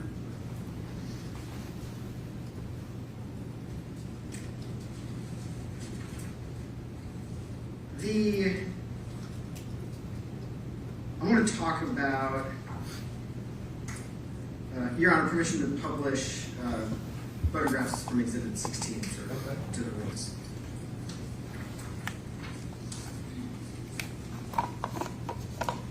I want to ask you a few questions about some of the photographs that you took. Yes, sir.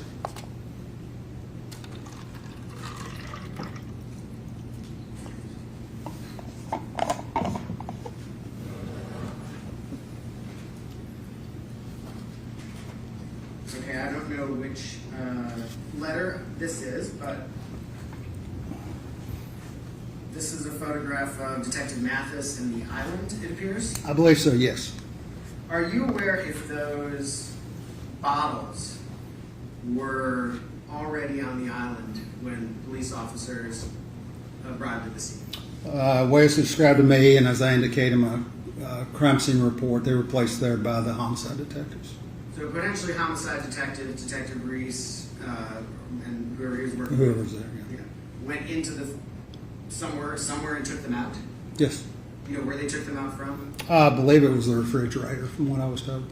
You didn't actually witness that. No. You don't know where in the fridge they took them out from? No. You don't know. Do you know when they took them out? No, not exactly, no.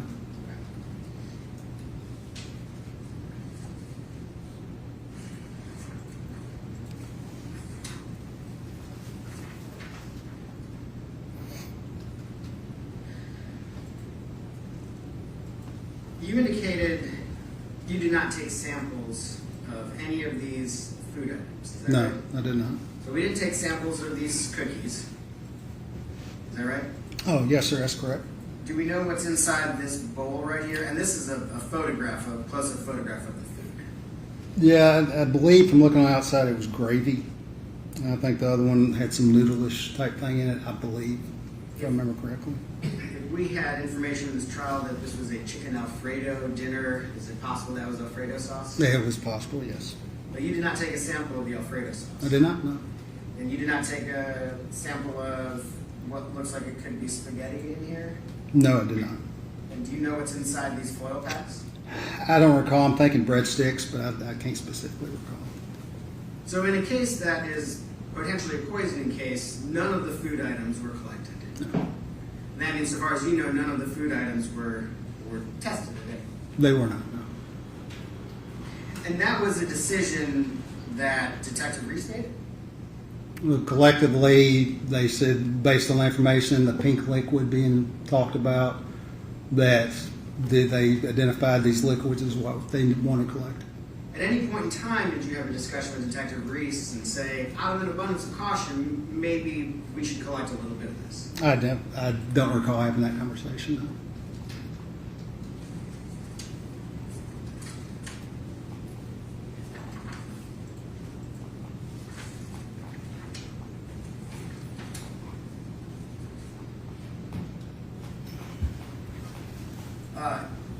Just to orient everybody and the court reporter here, this is a picture of the island facing the sink. Yes. And next to the sink, do you see a sort of a pink cup with a top on it? Yeah. Yes, circled right there. Thank you. Do you recall ever looking inside that pink cup? I don't recall. That would be something I would have done, but I don't recall that, no. And my understanding is you did not collect that pink cup? I did not, no. Do you recall ever having a conversation with Detective Reese about collecting that pink cup? No. Do you recall attempting to take any kind of swab or anything out of that pink cup? No. And just because we're talking about swabs a little bit, it is potentially possible at crime scenes to get very, very trace amounts of evidence from surfaces, from cups, from other places. Is that right? Yes. Sometimes, especially in drug cases, I mean, drugs can leave like very, very small amounts can be found places, right? Correct. And so that was not something that was ever collected or tested, so far as you know. No.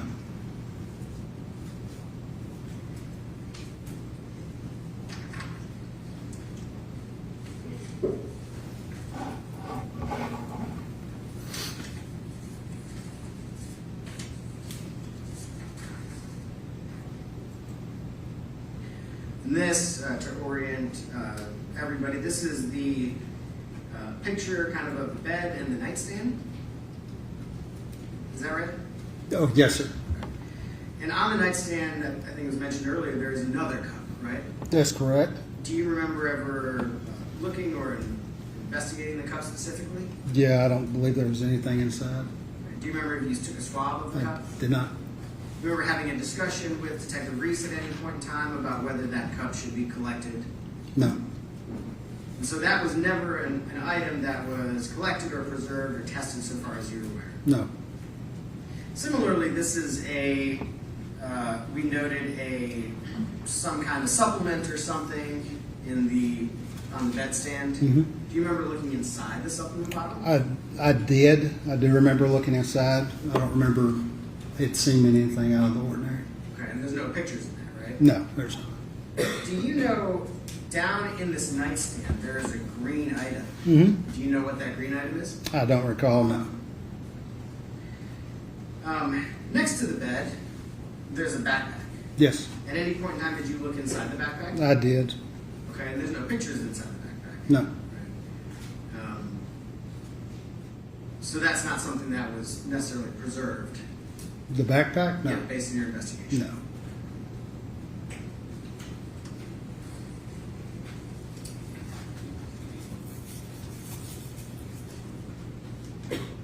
This window, and this is in the bedroom picture of the window, you indicated that the shades were down, that's exactly how it was when you got there. Yes.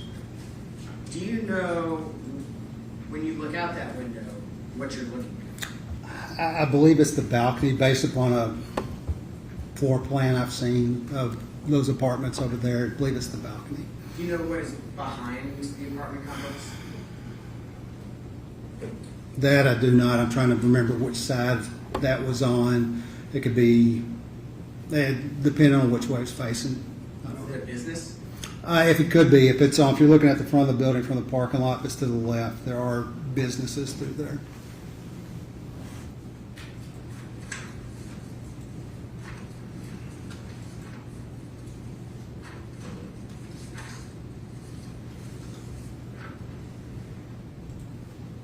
This photograph of the closet, I understand when you testified earlier, you looked inside the closet, but you did not do a thorough search of the closet. No, I do not. So here we have some little sort of like a jewelry box kind of thing with drawers. Is that right? Appears to be. Excuse me. You didn't look inside the jewelry box drawers at all. I did not. No. We have sort of several clothing drawers that are maybe closed. It's hard to tell if they're closed or open. You didn't look inside any of those. I did not. Up top here, it appears that there are several boxes stacked up, maybe shoe boxes, kind of 2 rows deep at least. Is that correct? Appears to be, yes. Did you look inside any of those boxes? I did not. No. Here there are like sort of cloth tubs almost. Did you pull any of those down and look inside any of those? I did not. No. I know that you've done a lot of investigations and probably some drug investigations. Are there a plethora of places inside this closet where drugs could be hidden? Could be, yes. So there was a question about, well, you didn't find any drugs in this house, but is it common for people to leave all of their drugs just sitting out every time? No.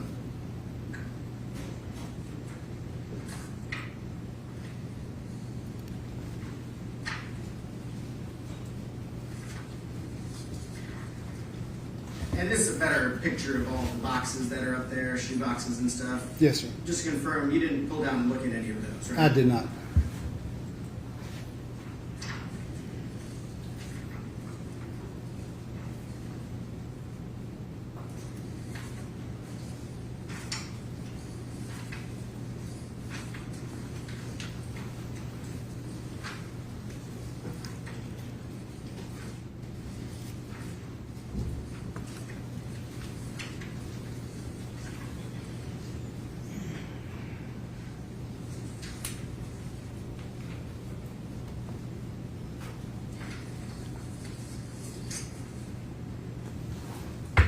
This bathroom, there's a number of drawers and cabinets in here.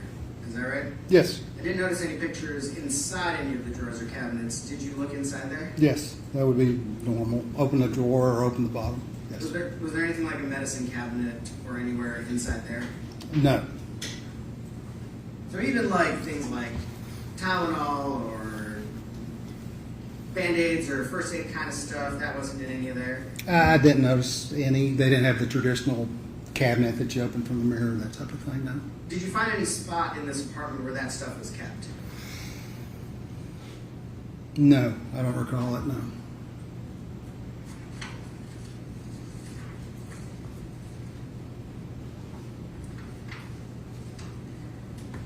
And here, and I think this is just a different angle, here we have like a cooler and some tubs, Mhm. right? Yes, sir.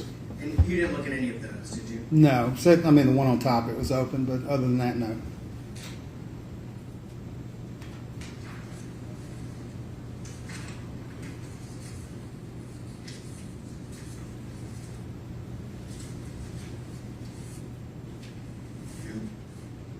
There was one thing at the beginning.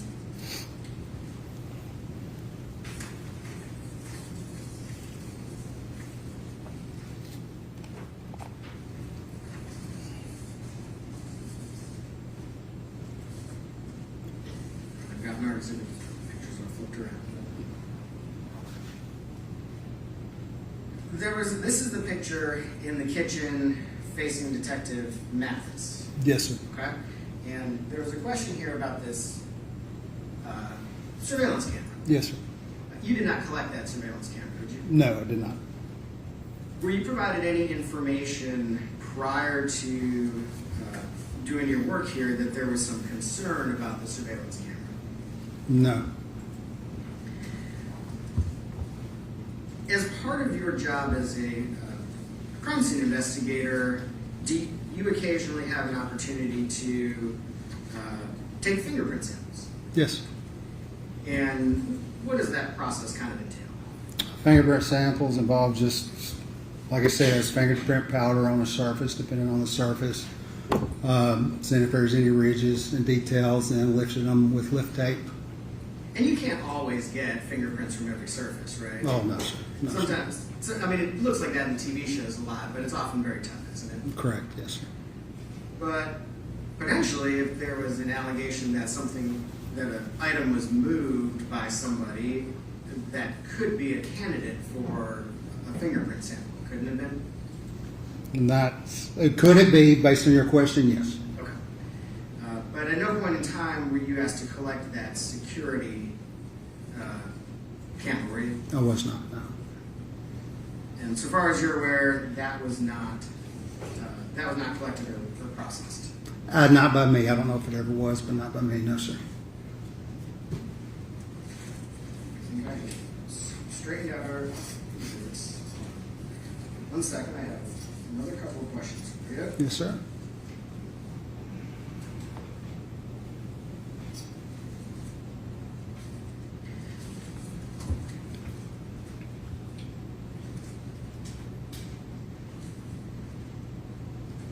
I'm going to show you what's been previously marked as Exhibit 25C. This is a label Yes, sir. from the property room. Okay. In the bottom left corner, it indicates that it was received on 2/25/9/30. That's the date of incident as listed on the 110 form is the property sheet. Because you have to list the date collected and the date of the incident. And that initial complaint number was for that date and time. I don't know why it's listed that way in the system. Right. And that's not what it says, though, right? It says received on, Yes, correct. and you don't know why it says that? No, no, sir, I do not.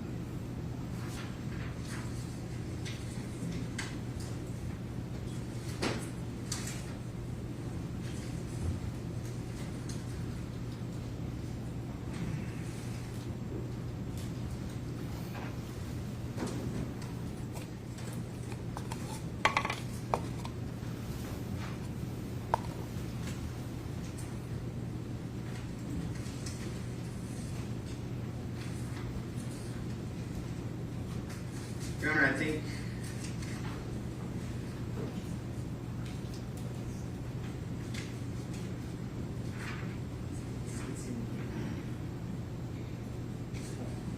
when you received the comforter, was the washcloth in the same bag as the comforter? I believe it was, yes. Okay.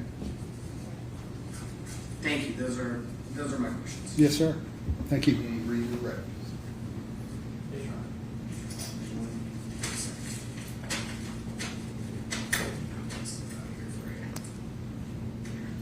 Do you need this?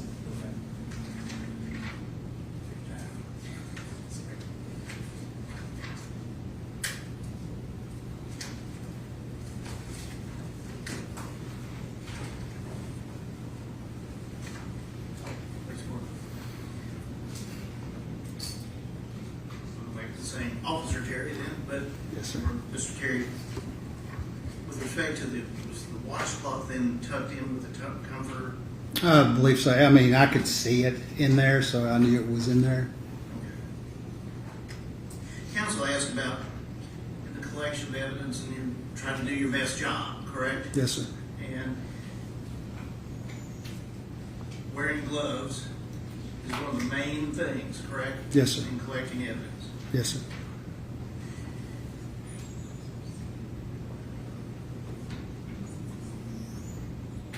Ask about drugs believe you said was previous caller you've been on was drug related? It was a death scene, and one of the things I recovered was, I believe it was a mirror that had some white powder on it. And have you worked overdose deaths? I have, yes. And at those scenes, do you see paraphernalia and drugs? Yes, if it's an overdose scene, generally the last drug they took or a portion of it or the packaging of it is going to be right there. Anything like that whatsoever in this scene? No, sir. The council asked about the backpack that you looked in it. Mhm. Do you remember what was in it? Was anything? I don't recall. It was nothing that stood out of being of value, so I don't recall what was in there. Okay. Now, one thing as well, it goes back to kind of doing the best job with gloves. Unlike TV, perhaps, but do you wear like biohazard suits? No.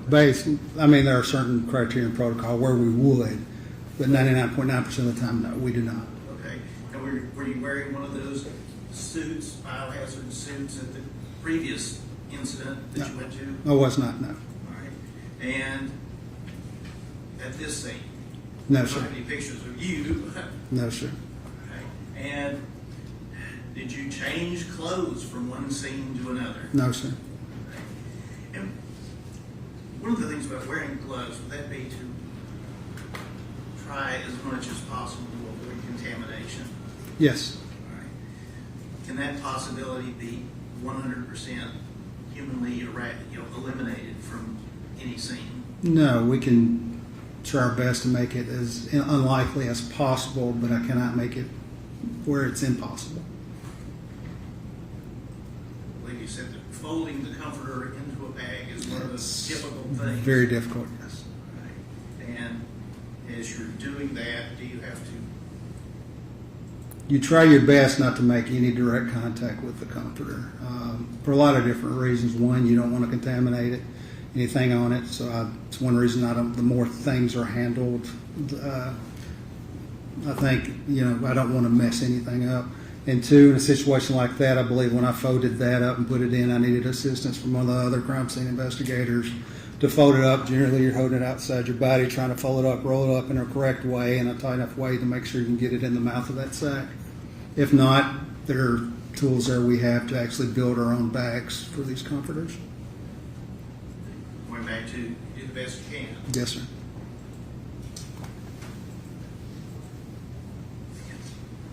That's my question. Any other questions?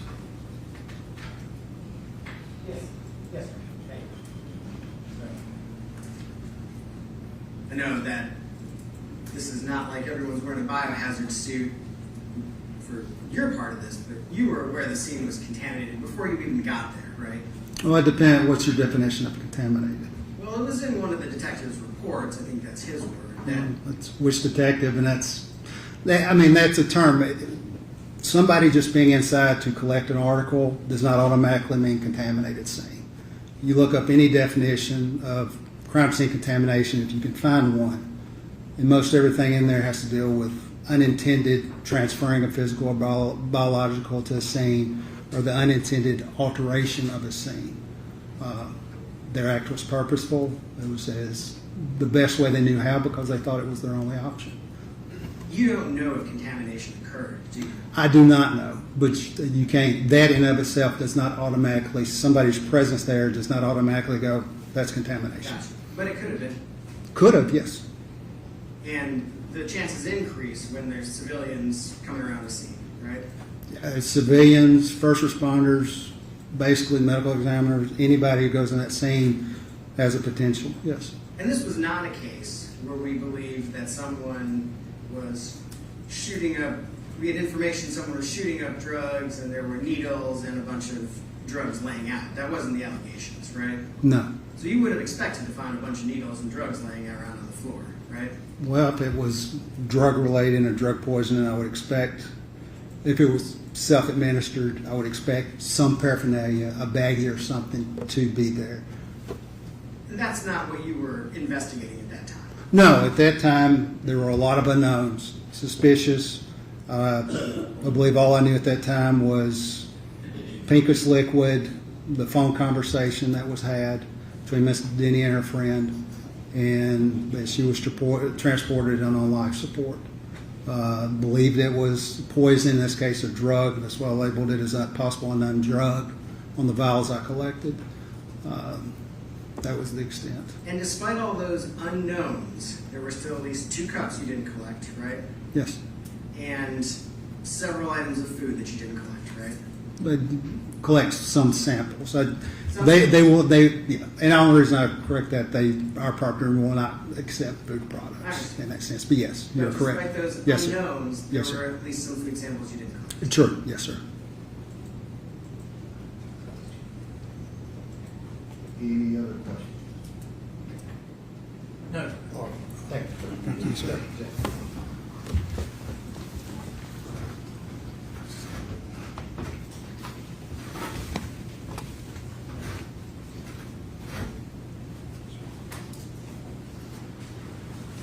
All right, ladies and gentlemen of the jury, if you'll step down the hallway, we'll take a short break.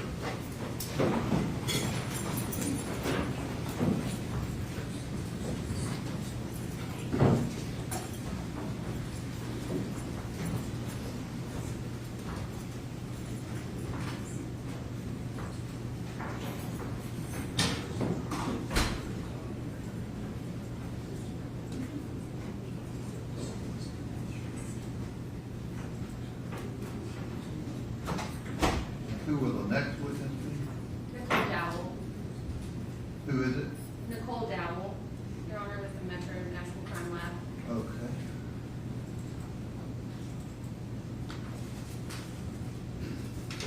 And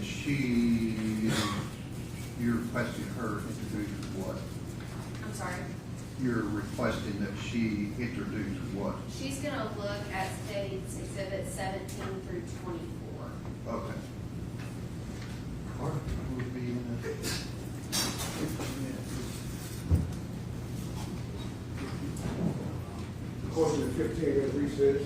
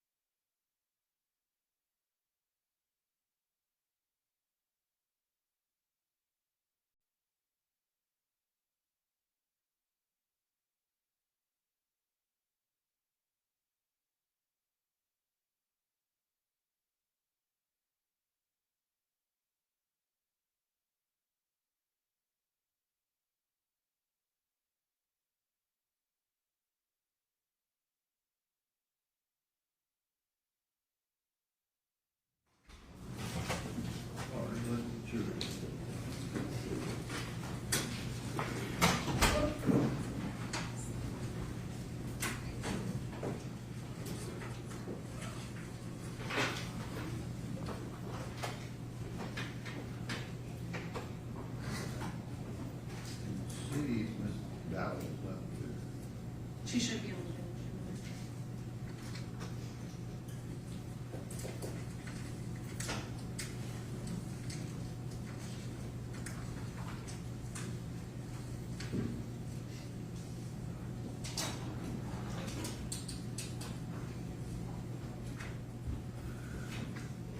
And I've told the jury this, that we may go closer to one before you break or even after, depending on the witnesses, just since there's a ceremony that may need to extend the lunch hour or down the hall.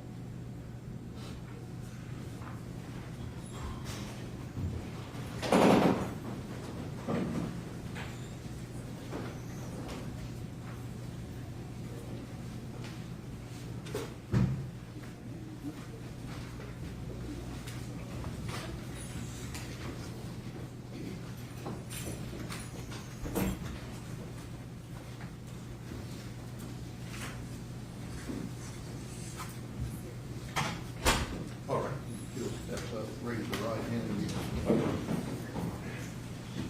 you swear the testimony you're about to give to be the truth, so help you God?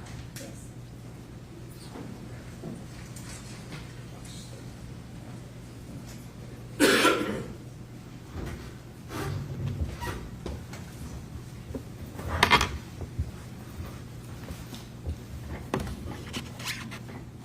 Okay. Good morning, Ms. Dowell. Can you please state and spell your name for the record? Good morning. Yes, my name is Nicole Dowell, Nicoledowell. Ms. Dowell, where are you employed?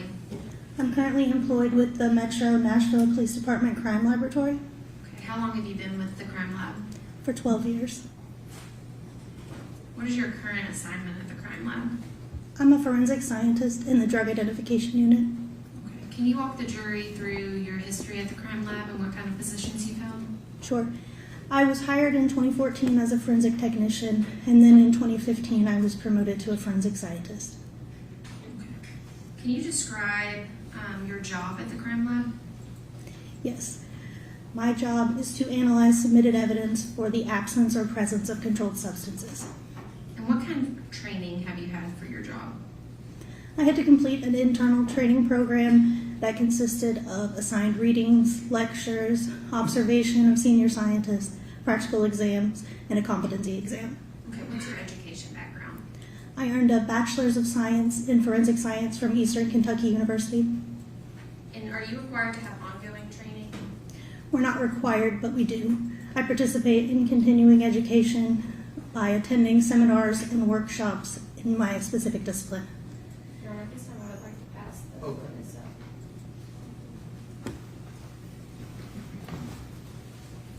Thank you. Ms. Dowell, what did I just hand you? My CV. Okay. Have you ever testified in court as an expert in drug ID? Yes, About how many times? approximately 8 times. Your Honor, at this time I would like to tender Ms. Dowell as an expert in drug ID.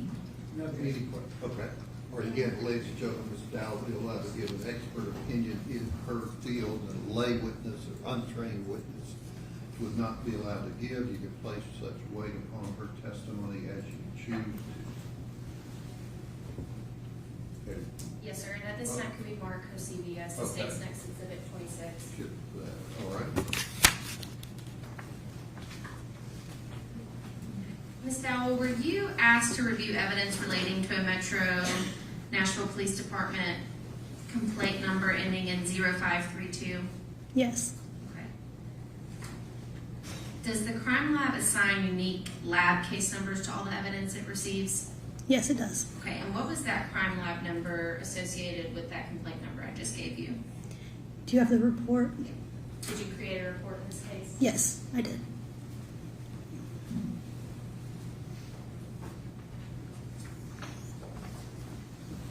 Thank you. The crime lab number is CL-23-001060. And what type of evidence did you receive from the police department for this case? I received drinking glasses, empty bottles, and liquid residues and liquid. And what do you do when you receive evidence from the police department? When I receive the evidence from my evidence receiving unit, I take it back to the unit. I photograph the evidence, then I open, inventory the contents, collect weights, sample, and then start performing my testing. Ms. Howell, where's the crime lab located? It's located in Madison Precinct on the second floor. And at this time, I would like to show her state's exhibits 17 through 24. Okay. All right, we got all of them. Yes, sir. Ms. Dow, if you could just look at all of the pieces of evidence Mr. Evans is going to hand you and say whether or not you reviewed this evidence. Okay.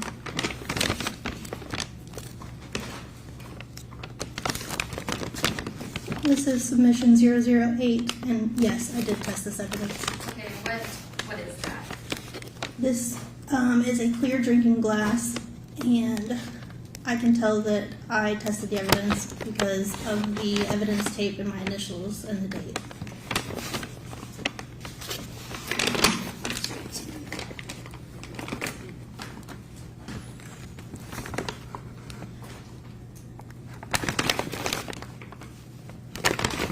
This is submission 007, also a clear drinking glass. And again, I have to see the crime lab tape with my initials and the date on it, so I did test this evidence.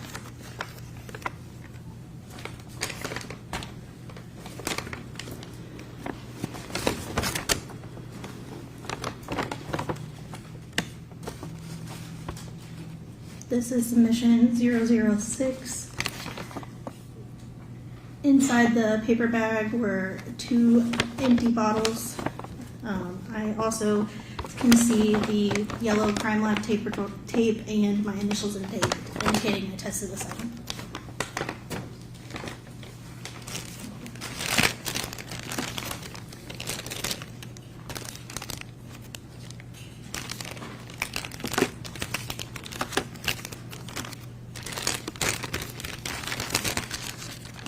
These are submissions 003, 004, and 005.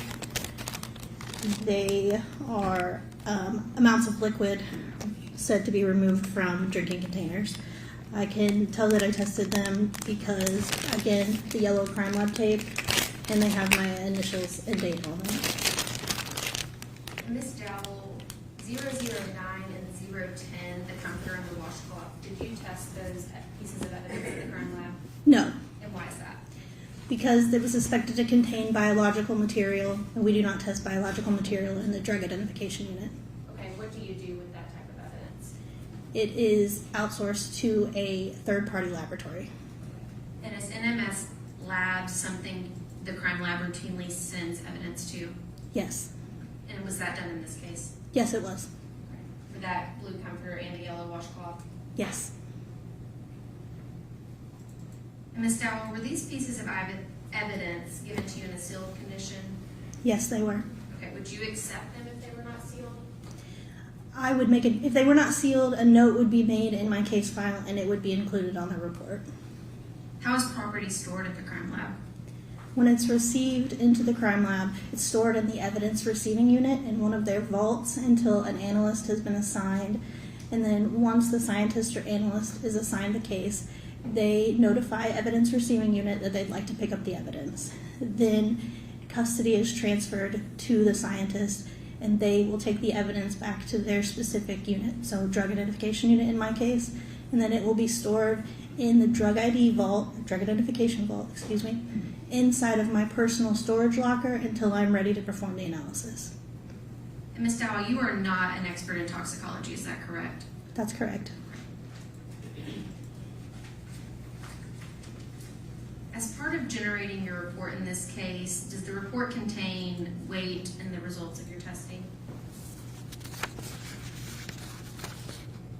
Yes, it does. Can you walk the jury through what type of testing you did for the pieces of evidence you tested? Yes. So 2 tests are required in the drug identification unit. Both of the tests that I performed on each piece of evidence involved a technique called chromatography. Chromatography allows you to separate components of a mixture. To do that, you employ a stationary phase and a mobile phase. The stationary phase remains still throughout the whole testing process, while the mobile phase, which is typically a gas or a liquid, flows over the stationary phase. Thin layer chromatography is a preliminary test that was used in this case. A glass plate coated with silica is the stationary phase. The sample is then spotted onto the plate along with a solution containing known drug standards. That plate is then placed in a solvent system.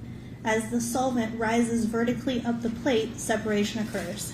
This happens because some of the components of the mixture react differently or more strongly to the silica. So if they react more strongly to the silica, they will not travel as far up the plate. If they don't react as strongly, they will travel further. Once the solvent reaches the top of the plate, it is removed and placed in a visualization tank containing iodine. Iodine vapor allows us to visualize those spots, and then we can compare the unknown sample spots to the known sample spots, standard spots, The confirmatory test used in this case is called gas chromatography mass spectrometry, or GCMS. It is two separate instruments that are combined together. The gas chromatograph, again, allows for separation of components in a mixture. So in this case, the sample is injected into the instrument where it is vaporized, so it's now in a gaseous phase. It flows through a column, and that column has an internal coating, which is the stationary phase in this case. So a column, you can think of it like a long, thin straw. So if the inside of the straw is where the coating is. The mobile phase in this case is helium. It flows through the column and helps the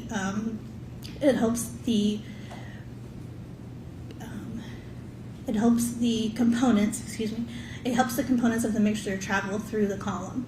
Again, it depends on how strongly each component reacts to that column coating, how long it will take to travel through the column.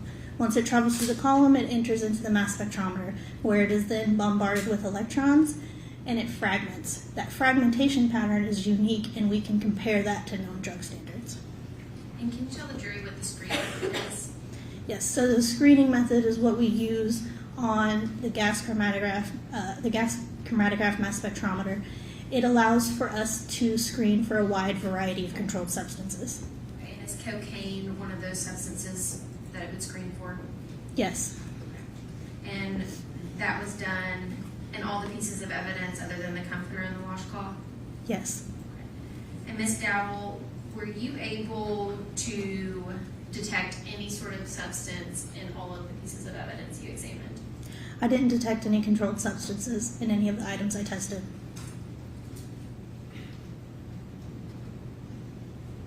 Your Honor, if you'll give me 1 minute. Okay.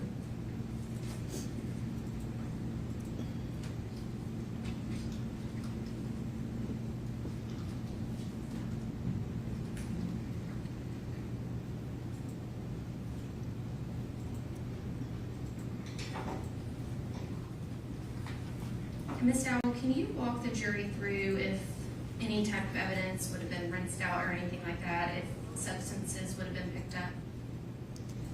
Yes, so there was a clear drinking glass that didn't appear to have any residue. There was no visible residue or contents. Those glasses were rinsed with methanol, so if there was some type of residue that I couldn't see visibly, I would extract it with the methanol. Okay, and if these pieces of evidence had been rinsed out prior to the crime lab, is it likely substances would have popped up?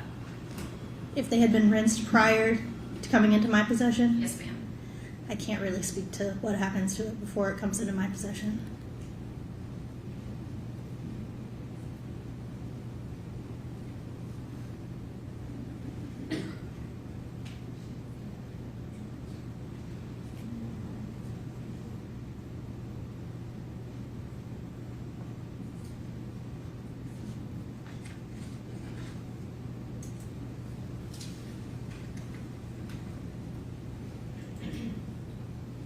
Ms. Dowell, my question might have been confusing. Not something that you did or rinsed out, but if someone prior to you, not with Metro PD, would have rinsed it out with warm water, soap, anything like that, are these results consistent with that? Potentially, if the glass contained some kind of controlled substance and it was washed with water, that could remove some of that controlled substance, yes. And what else could remove controlled substances from any sort of drinking glass? I mean, if it's a physical amount of solid material, you could just pour that amount out. It just depends on what it is and how much of it is there. And you testified previously that the drinking glass did not look like it had anything in it. Is that correct? Yes, that's correct. Okay. And out of the liquids, you have a red liquid, a light pink liquid, and a clear liquid. There was no substances found in that either. Is that correct? That's correct.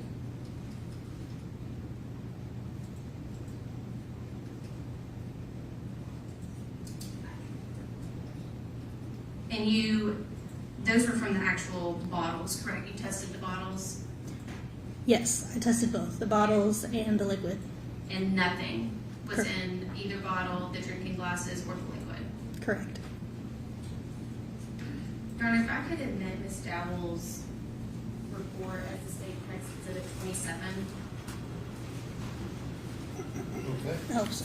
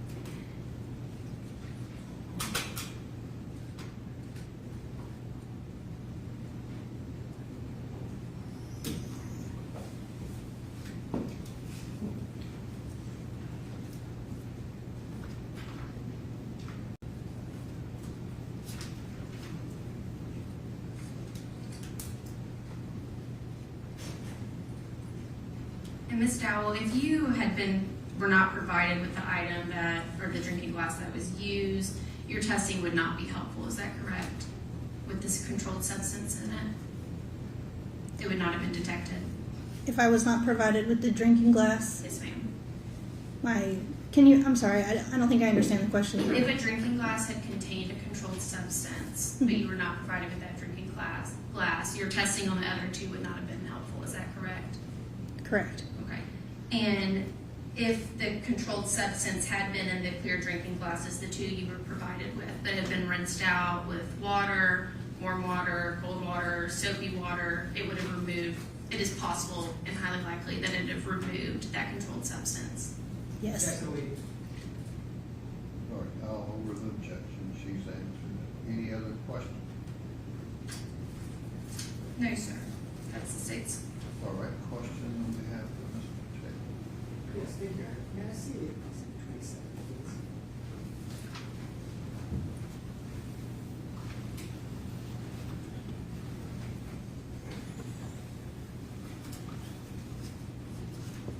Good morning, Ms. Dowell. Good morning.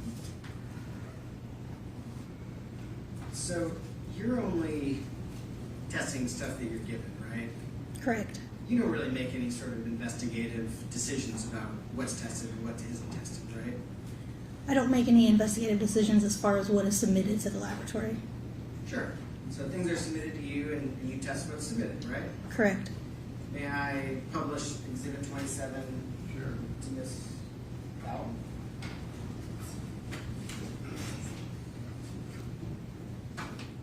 And this is your report that's been admitted as Exhibit 27. Have you identified it? Yes, can you scroll to the last page where my signature is, please? Oh, yeah, sure. That's your signature there? Yes. At the front of this report, it says the submitting officer is Adam Reese. Is that right? Yes. So he's the one who submitted the items to you? No, he's the one that submitted the Form 282 or the Forensic Services request to our evidence receiving unit. Oh, so he makes the request as to what gets tested. In this instance, yes. Okay. I noticed on here, items 7 and 8, there's a clear drinking glass, item 7, right? Yes. And then item 8 is identified as a clear drinking glass with light pink residue. Is that kind of your description of it there? Yes, that's my description. Is that something where you described a process where you kind of do a rinse? Correct. Is that a process where you would do the rinse in that glass? Yes. And then you would test whatever comes out of the rinse to determine if there's controlled substances? Yes. And in this situation, there were no controlled substances found in any of this, right? That's correct. And there were some questions asked by the state. Isn't it possible that some of these glasses were washed and maybe that's why you didn't find anything? That's kind of what was asked, right? Yes. Is it also possible that there were never any drugs in these glasses? Yes, that's a possibility. Thank you. Any other questions? No, sir. All right, thank you. Thank you. Step down to the excuse. Who's the next witness? The next witness is Detective Tom Miller. He is going to be a bit lengthy, and there are some things that I need to show to defense counsel prior to testifying. Okay, is there someone else to call? The next person is Dr. Carney, who is the expert, and he has to testify before her, so no. What do they not have?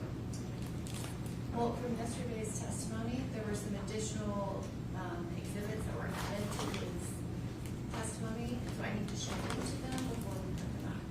That's true. Okay, I need to proceed on, so if you have a witness, we can call anybody else other than two. I could call and establish his qualifications, and then I could break after that. That would be helpful. Do y'all know what she's talking about as far as the other exhibits you don't have? Generally, I have not seen it. Can you give them to them and see if they need a break? Yeah, I just got them.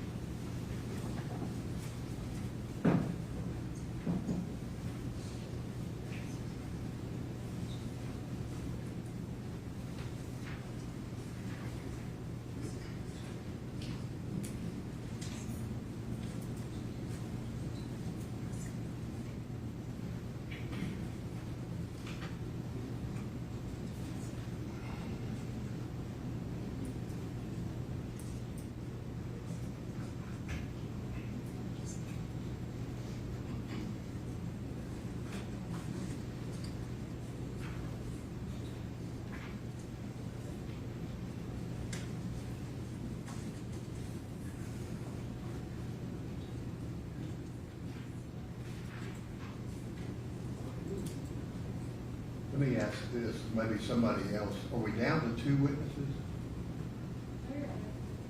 Okay, is there someone else to call other than those two? We have multiple experts as our next witnesses, and there's a sequence to them. I'm prepared to call Detective Miller. I just need a few minutes with Mr. Brand. Okay, what's a few? You had a few, so what else? Do We you have could- an objection to I something? feel like that- we need 15 minutes because he does have an objection and he wants me to change something, which I'm more than happy to do it, but it's going to take me about 15 minutes.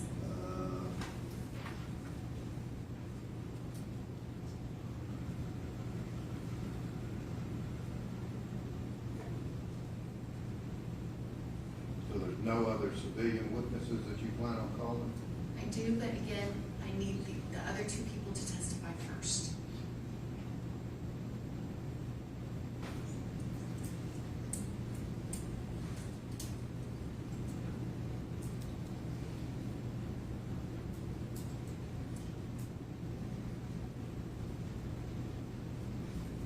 All right, let's go to the jury. If you'll step down the hall for 12 minutes.